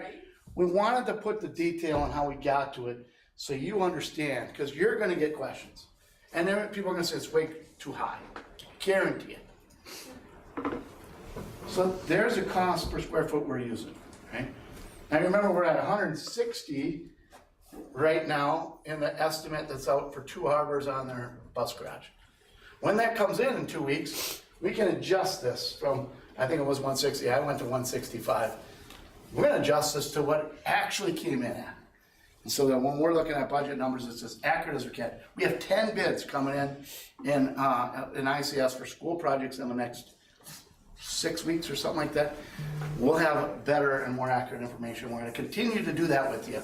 So these numbers are going to modify, but we're gonna try to get as accurate as we can. These are all off of rural schools that, I mean, literally the last 24 months in rural schools. You are relatively close to Brainerd, to St. Cloud. This area of the state tends to be a little bit lower in costs for buildings than other ones are. This one is looking at all of northern Minnesota, the northern half of the state. You may be a little less than this, you may come up a little more than this, we don't know. Again, 1 point on the continuum just as a reference point so we can get to an answer for your 3 questions that you had. Is that fully finished square footage? Like that price is fully finished? This is the cost to build the structure itself. So the construction cost to build the building, it does not include furniture, fixtures, and equipment. It does not include the site work to bring utilities, roads, parking lots, lighting on the outside. It doesn't include athletic fields, playgrounds, that kind of stuff, right? So my next slide gets into that. This gets into the cost of construction. And you can see what we've gone through, right? And you can see roughly, Minneapolis is the blue line. If you Google today, what's the cost of an elementary school in the United States, cost per square foot, you get $385 per square foot. I was like, oh my God, I did it to check. How's my number look like if I did that? We're a little less than that. Minnesota's a little cheaper than the national average. All right, anyway. We need to add the architectural fees and the design costs and construction management and the legal and the permitting and all the submissions to the state and all of that type of stuff. We're not building it today. This is our cost today. We might be doing a referendum, let's say next November, a year from today. We then design it for a year. And then we go out to bid. Well, what's the cost gonna be 2 years from today? I added 3% construction inflation each year. Right? 3% would have been way light the last 5 years, right? But I think it's right going forward. I don't know, none of us really know. But I did build that in. Site costs, we're gonna use our numbers we got from our civil engineers. We added playgrounds and the cost for athletic fields today. Okay, next. I did a comparable, so Nashua, Keewatin. There it is, that's how far along it is, right? It was a referendum about 2 years ago. I looked at what the total cost is, what the bid day budget came in at, $315 a square foot. It'd be great if we could do that. That's outside rooftop units, Brian. So it's cheaper cost per square foot than they would have liked to have it been. They would have liked to have indoor units, but they chose outside because of budget challenges. Their total amount was $58 million, right? The total project cost was $440 with everything included, right? If I add inflation to that, it puts me about $485. but they don't have nearly the site and road and infrastructure costs that you have. They put no fields in. They were gonna reuse their playground and move it from their old elementary to this site. They were reusing furniture for the most part, some new furniture, right? So, again, every project's different. This is a 2-section pre-K through 12. You're looking at 3, yours is much bigger. But it's a good comparable. So these are the types of things that Kent and I went back to the PMs to go get the data to check our numbers and our math. Right, next. Okay. Here's part of the answer to everything. This is, my engineer said, don't give them all, this is way too much. Well, I don't know, it helps you. It gets you an understanding of everything going into it. My number over here is what option is. 1 is the elementary, 2 is the high school, 3 is the auditorium. So this column is our elementary. This is our high school. This is an auditorium. And I separated out auditorium. You didn't ask for an auditorium separated, but they're so expensive. I felt like you might want to know that as a board. So we separated that out, and they cost more to build, right? And we're looking at a 500-seat auditorium. I don't know how many seats we have today, but I think we have more. So smaller, right? 650. We took the engineer's site costs and tried to divide it out by school, because the majority of your site costs are in the first school, right? So the elementary is going to be absorbing the majority of the access, site, parking, grading, right? So you're biting a lot of bullet in that first school. We put a playground in here, right? We kind of did what we would think makes sense for Aiken, and try to budget it that way. If we were a school board member, what we'd want to see. So your first column is your elementary with all the site works, but it also includes a bus garage, because you wanted a bus garage in pre-K through 12. And it's got pre-K in it, right? The total is your 62,500,000. It's about 62. Can that number come down? I think it can. I think our site number is a little high. Maybe the ISSB might pay for all the site work. That'd be great, right? Some of the things that we're gonna be working on, right? Can we get a Roland's 8% off sale? That'd be big, right? Can we get the space program down a little bit? I don't know, right? It gives you an idea about what it would be for an elementary. All right, your high school, add another 64. Now, I'd say, God, let's do the high school. It's only 64. The elementary seems a lot, 62. Let's just do the high school. But you can't, because all the site costs need to then go into the high school if you want to do the high school first, right? We got to redo these numbers and move the majority of the site stuff. Does that make sense to you? Okay, next. Well, and the last one is the auditorium at 7.3. Included in those numbers is some furniture. So Holly, to your point, I do have furniture, and I have a budget of 1.8 million for the elementary and 2.5 million. That's not all new furniture, but it's a good 50-50. I think And you have some furniture you can bring over. I think in 2018, our number was 35 million. No, it's 68. 35 for the elementary, Oh, yeah, 68 for elementary, everything. 68 for the high school. I just pulled all that. I have that in my. And it was a little different. I looked too, because the high school was a 4 through 12 for the 68. And some improvements to the elementary. And the cost was $18 per month per $100,000 of home value. Yeah. That's what it was. It kills you, doesn't it kill you? Oh, we should have done this a long time. Can't go back in time. No. Well, we did not do it. Yeah. Make it a lot easier for you guys if you didn't have to focus on it. Okay, I have wetland mitigation, landscaping, a couple of empties. I don't know. They might be included in the set numbers. Next. All right, this is a smorgasbord list roughly of fields and athletic stuff. And I literally put it in. I crossed out a turf football field. Did not include it. We didn't have a big, huge, awesome digital scoreboard. Took that out. Right? But I do have like sound system, and concession building, a storage building, grandstand with bleachers for 500 seats, a press box. Typical thing for a school about your size.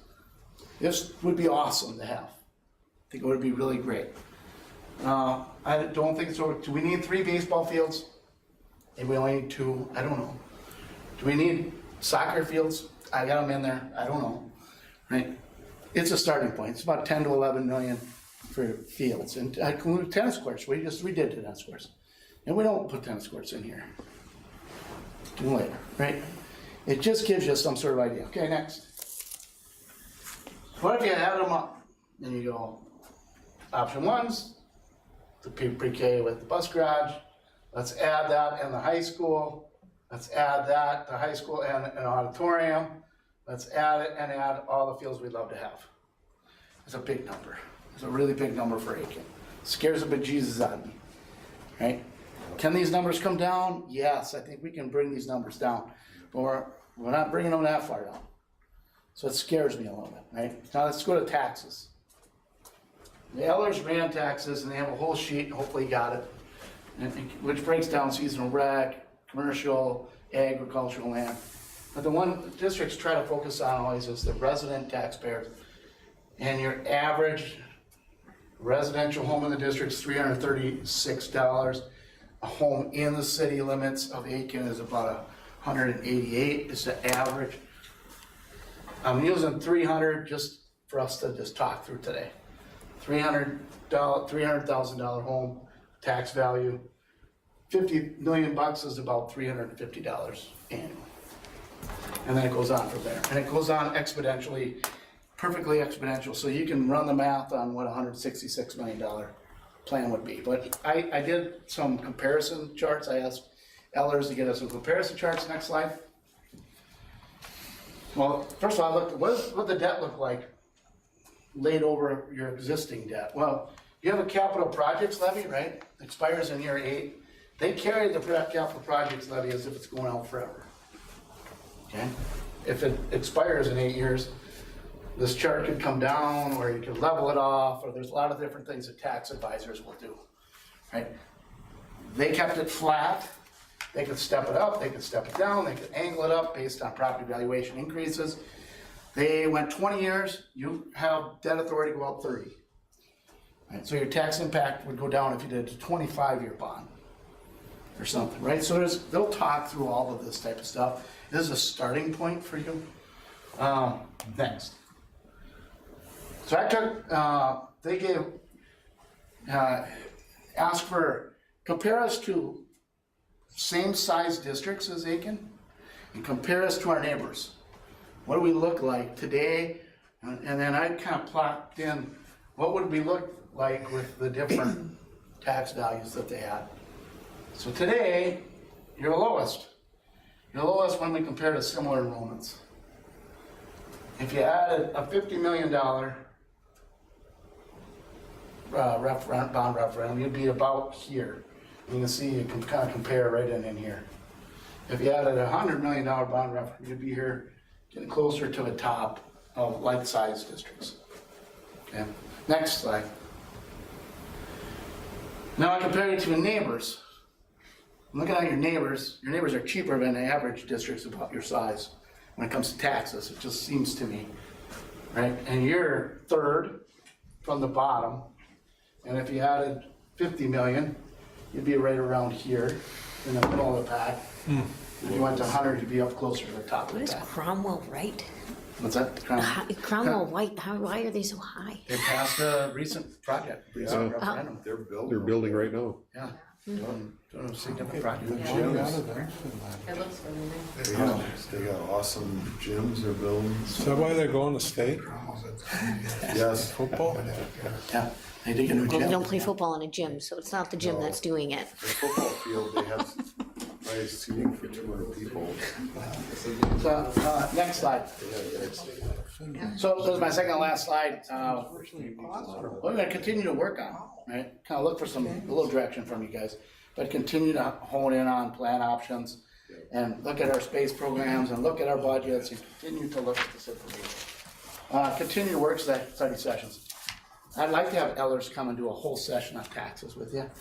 Walk through those charts, talk about if tax, interest rates go down. They got a safety factor built into their numbers, right? Because they don't know what interest rates are gonna be a year from now, right? To talk through that kind of stuff. What are your funding options? That kind of stuff, right? It's going down, Work economy's session with the better, architects, have them come and talk space program. price of construction's going down. There'll be more money.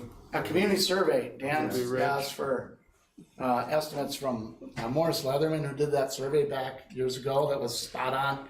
Yeah. Right? What would that cost? So Dan's got that, something, but we can ask them roughly numbers. We gotta get a little cleaner numbers before you go ask them, how do you feel about this, or this? Is the necessity to do, every district where you do projects, do they do a community survey? Well, every district does everything different, right? But the successful plans do engage the public as much and get as much feedback and information as they can, so that the public feels like they're part of the plan. They got to have input, but it costs money and time to get feedback, right? And so it's something you don't want to skip, but and you don't want to rush, and you don't want to not do it well. You can do a paper monkey survey, but that's not statistical, and then it might give you data that really isn't accurate of what taxpayers truly feel. One thing is, we take our time and we get a really good plan that's well thought out. We test it with the stakeholders in the community, get their feedback, and see if we need to tweak it at all, and then we go for it. But that'd be my advice. But so much better if we get it right the first time and get something moving, right? I don't know the right answer. My thought are, if somebody sends me a survey in the mail, how do you feel about paying more taxes? Yeah. I say, forget that. Well, Maybe, I feel strongly about school, but what if it's about, how do you feel about paying more taxes for a jail? Well, I don't appreciate criminals, so I think they should just put them all outside somewhere.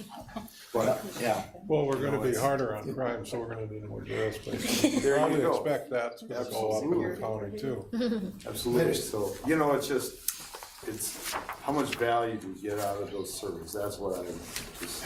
The Morris Leatherman is more like a presidential poll, where they're calling people, they're having a long conversation, they're getting the same amount of age demographics that would be your voting population, and they specifically go into the details. Their phone calls are usually 30 minutes long. Please help the school board, we're looking for real strategic data.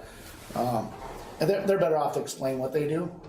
At the end of the day, you guys decide whether you're doing it or not. I think that survey is pretty important, because we do not want to go to the community and ask for $130 million to build a school, and the threshold for what the community can actually realistically afford is really only 60 million.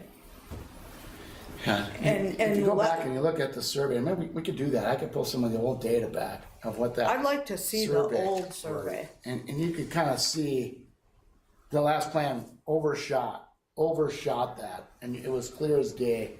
And then the results were almost identical to what the survey results told you. So, I was like, but the other thing is, it's easy to say, let's go for this, and then let's just put a multiple ballot question and ask for it all, right?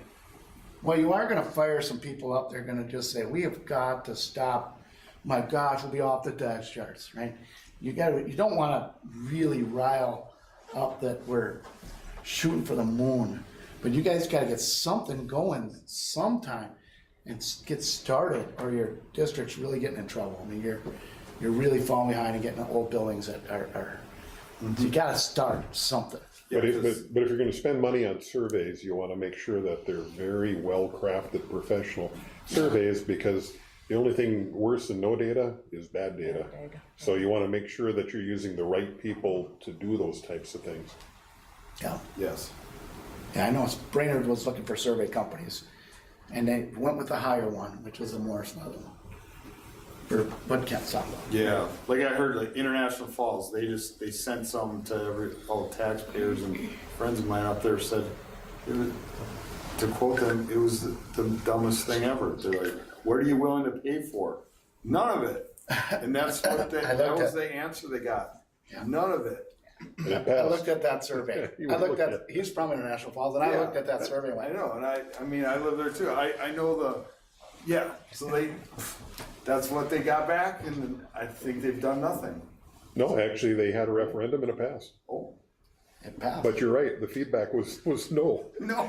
I don't But wanna it gets spend- back to the quality of the questions and the company and how they present it. So if it's not a really good company and really well crafted, it's junk. So you don't spend money on junk. Yeah, my point is, are you better off just taking that money and putting it into marketing instead and the consultants and whatever, because Well, the the question, value of it.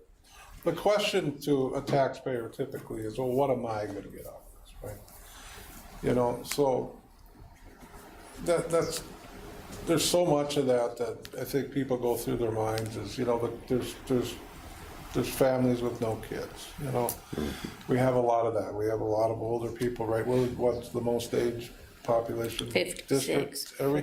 Oldest. Yeah, the oldest. So, we have so much of that. So the direct benefit to cost benefit for the taxpayer is a challenge from the start. So how do you get things that are just, how do you get deliverables or, things that are for the taxpayer that's gonna be, that they're gonna have something for that besides, we're gonna educate our kids great, we're gonna be, these are what our kids are gonna come out of school with.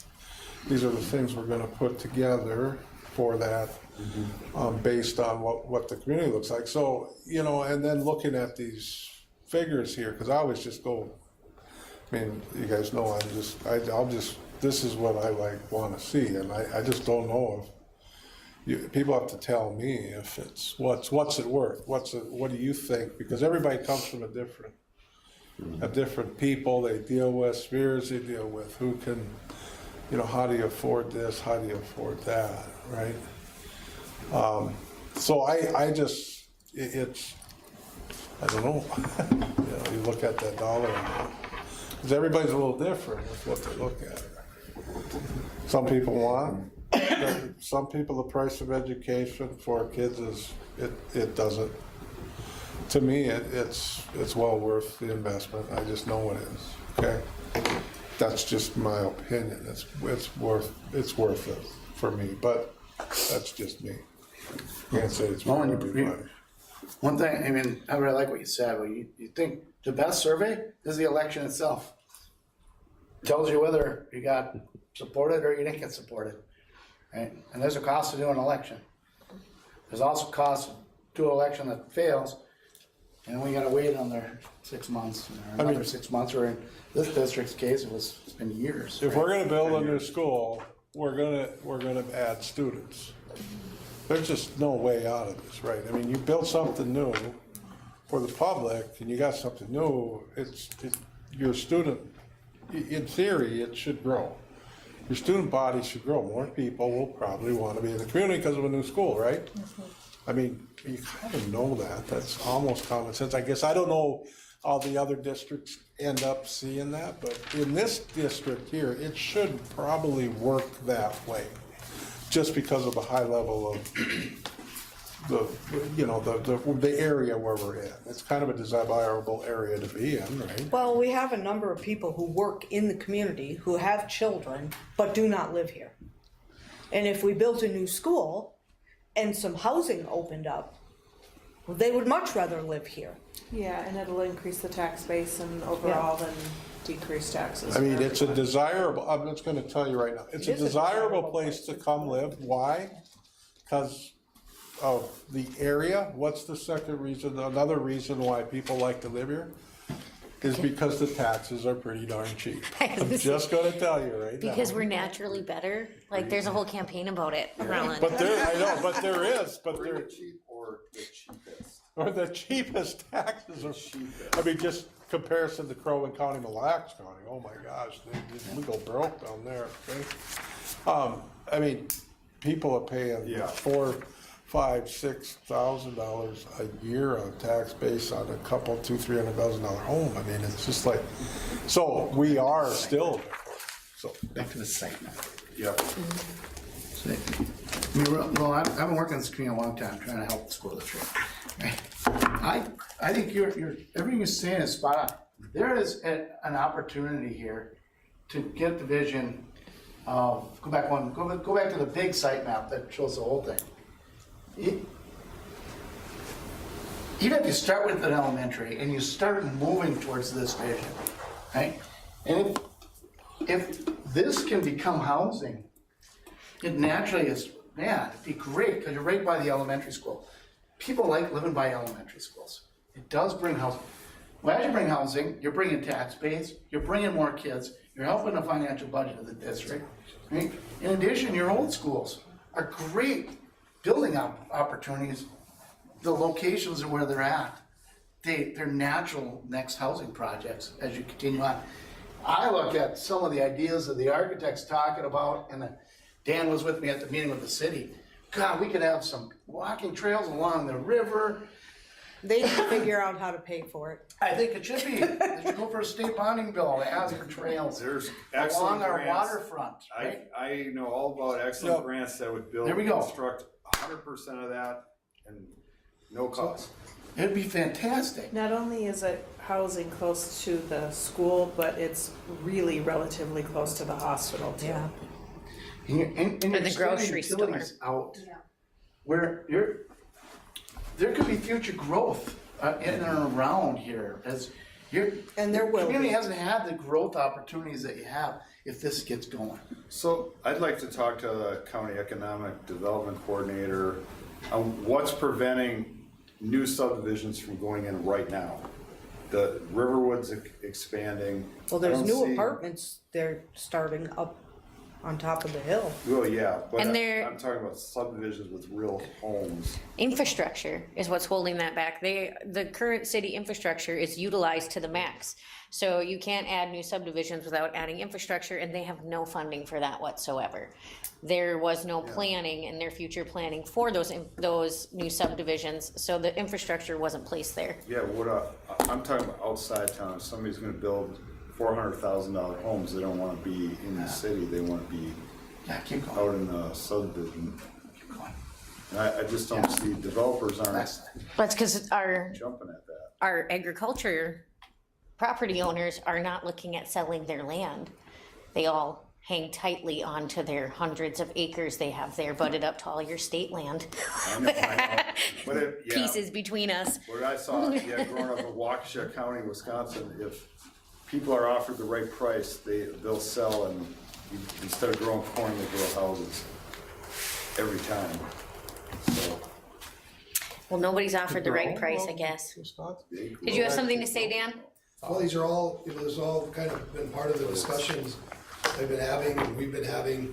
And as we go back to our media campaign, or whatever you want to call that, the We Are Aiken, that was kind of the thought behind that. You know, we run with the We Are ISD1, but we felt that was really too school focused, whereas We Are Aiken, that's what we're trying to do, is we want to answer some of these housing questions, some of these trails.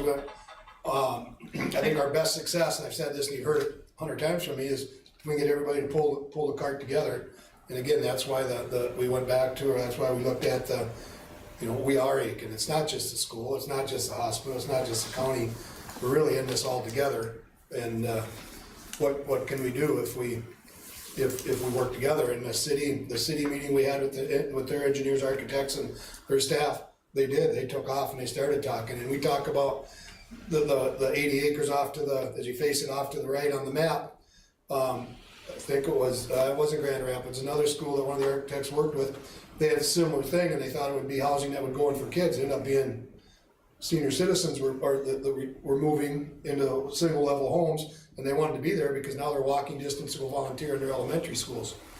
With our elementary, the number of our retirees and community members that volunteer in an elementary school, that'd be awesome if we get things going out there and all of a sudden with the new housings being built for our elderly or older population, retired population. And how would that help? Well, they'd be moving out of their homes, which would become available family homes. Now I'm really shaking the crystal ball looking forward, but you know, there's so many opportunities here, and I'll go right back to the whole idea. We're not gonna develop housing as a school district, I don't think. But there are people there that could if we work with them, or if they wanna work with us, so. Well, you know, you need people that, you need people that develop, and something on a larger scale. Yeah. Well, and I think this whole project is not just about building a new school. It's about strengthening the community, and it's about filling in the gaps in housing that we know have been a huge problem in this community for a very long time. When I've had community members ask me why they haven't heard anything more, because I said to them, this time we're not just trying to build a school, we are building a community development and expansion project. Like, this has to be all of us, so you're not gonna see our stuff instantly, because that's not what we're going for. We are looking at a full community development package and I pitch it as, because the more money we can get to lower the cost for you, the better. And they seem to be receiving that really well. We need housing, we need all these things. If we do it together, like I think that's something that will be a benefit to us in the long run. Is not just being like, we want it for us. Yeah. This is to expand and grow the whole community. And that's how I've been pitching it when they're like, we've asked all these questions, and I'm like, I know, but it's not gonna be a short-term project, so hang on, we're doing lots of work. And I haven't started it yet, but I'll start up a frequently asked questions Google Doc basically, and I'll include Kent and Jeff and whoever, the JLG on that, and as you get questions coming, I can put them on there. They'll have access to that where they can answer, I can get information back and forth. Once that develops with a handful number of questions, then that becomes part of the information we can share. That's how, you know, oftentimes frequently asked question parts of school projects are built. So don't be afraid to email those to me or call me, and I'll get them on there, and we'll start putting together questions. And I got to do a better job of that myself, because I've been asked questions and I answer them, you know, but I'm not. I should track them better. I should write, you know. So want to make sure I'm answering the same question the same, but at the same time, so if we put it out there, that people get those answers, might generate the next level thinking questions for us. So yeah. I like the marketing approach. I think it's good, and maybe there's a lot of examples where public investments in projects spur the private sector to really, you know, blossom and take control, because that's ultimately what's got to happen. But maybe we can spur that on. Anything else? You know, we have to convince, And feedback on options. we, Did we scare the bejesus out of you? we have to convince the public that Aiken has been good to you. That Aiken's what? Been good to yourself, has been good to us, okay? Aiken's been good to me. Aiken's been great to my family. And people have to understand that, and we have to create that picture, and then what it means to grow forward with this thing. I mean, I just see that as an opportunity for very valuable testimonial and things like that within a build, so. It very much starts here, and it flows through administration and your principals and down to your teachers. The best advocates you can have for projects like this are your teachers, because they're all embedded in the community, and they're all well-known, and they're all pretty much well-trusted by the community. But what defines a community is it has to be, for a community to grow, it needs to be a great place to live. And this is a pretty darn good area when you look around the state. There's a lot of nice assets here. And then you need to have healthcare, and you got that. And then you got to have the schools, and you're building towards that. But if you got those three pieces together, it's a way for everybody to gain and to move forward. So you're right, it's people need to realize what they have and then what they can have, provided that they're working together as a community And it's the county, it's the city, it's Riverwood, it's you guys. It's all the dance point pulling the cart the same direction. Have you guys heard the Worthington commercials? Dan and I talked about this one day because Worthington, it's worth a look. Yeah. And one of their main portions in this, because they're like, we have housing and we have these opportunities, and they're like, we invested in our school. And that is one of the main things in that, but they're on the radio all the time. And whenever I hear them, I'm like, I hope someday ours are on the radio, because that's exactly what happened. They invested in their school and then their private sector exploded. And that's And one of our, their that's housing one of our exploded, schools. and now That's they're one of worth our a look. schools. It took 6 times to get Worthington passed. Yeah. That was an ICS project, that was a slugfest. But it's done. Worthington and Mora are two communities that did it and got it done, and the boards persevered, but it wasn't easy. Well, and I think I'm gonna say this publicly, because the election is over, I can, right? No, I'm kidding. But I am going to say this. I think that the community needs to be aware that we're gonna be tenacious about this, because we know that our buildings are actually costing us more money than what it would eventually be to build new. They are building, we have a 1985 Chevette in 2025, really, is what we have. And so I think. We can't even find Studebaker. replacement parts anymore. Chevette is a 50, okay, well, whatever, it's not 2025. I mean, we're talking But Chevette. I do think that we Oh need my to goodness. be able to little build a better. narrative for people That's a that Ford. this It's is even a worse. community project and it is about strengthening our community. Absolutely. Yep. If you can get the city and the county and the hospital to be working with you on this initiative, whatever it ends up being, I think you're there. And I think the IRRB will be a partner if you have all those folks rowing in the same direction. Oh my God, I think you guys can get some stuff done. So you said, did options scare us? No, but without knowing what our option of supplementary funding, I don't feel like I'm in a space to pick one of these out, because if our supplementary funding is bigger, then we may pick a different option. So I feel like we just have so many unanswered questions to get to there. So Is where I stand on this now. 10 years ago, that was the thing. You don't get the supplemental funding until you pass the referendum. So a lot of times you'll get help. You don't. Having your lobbyists is a great idea, because I think they can at least start shaking some trees and help your community-wide look for funding opportunities that exist. Yeah, EPA just gave 61 million. I for think if we water. were to go to the community today, I would want the community to do ranked choice.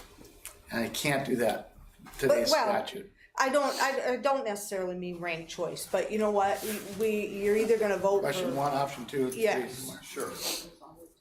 pick and choose what level they're willing to go. yes. There's a lot of examples from yesterday's election of how they. Do you need to get going, Roland? I got a 4-hour drive. All right. Any last questions, Roland, or things that you want us to bring back or provide to Dan for you? No, I'm good. Is this Okay. it? I mean, was this, I thought. Yeah, this is like the second to last slide, Oh, so I'm it's, sorry. we're basically That's my done, last but, slide. yep. Those are just your existing properties. Yeah, it's just that you're gonna need, the public's gonna wanna know what your plan is for those properties. And it's difficult because nobody has a plan for those properties. And that's actually something you need to work in cooperation with the city and the county on. And there's lots of examples out there, both of success and failure with school districts offering buildings and what they do with them. So there's really, it's a little bit difficult.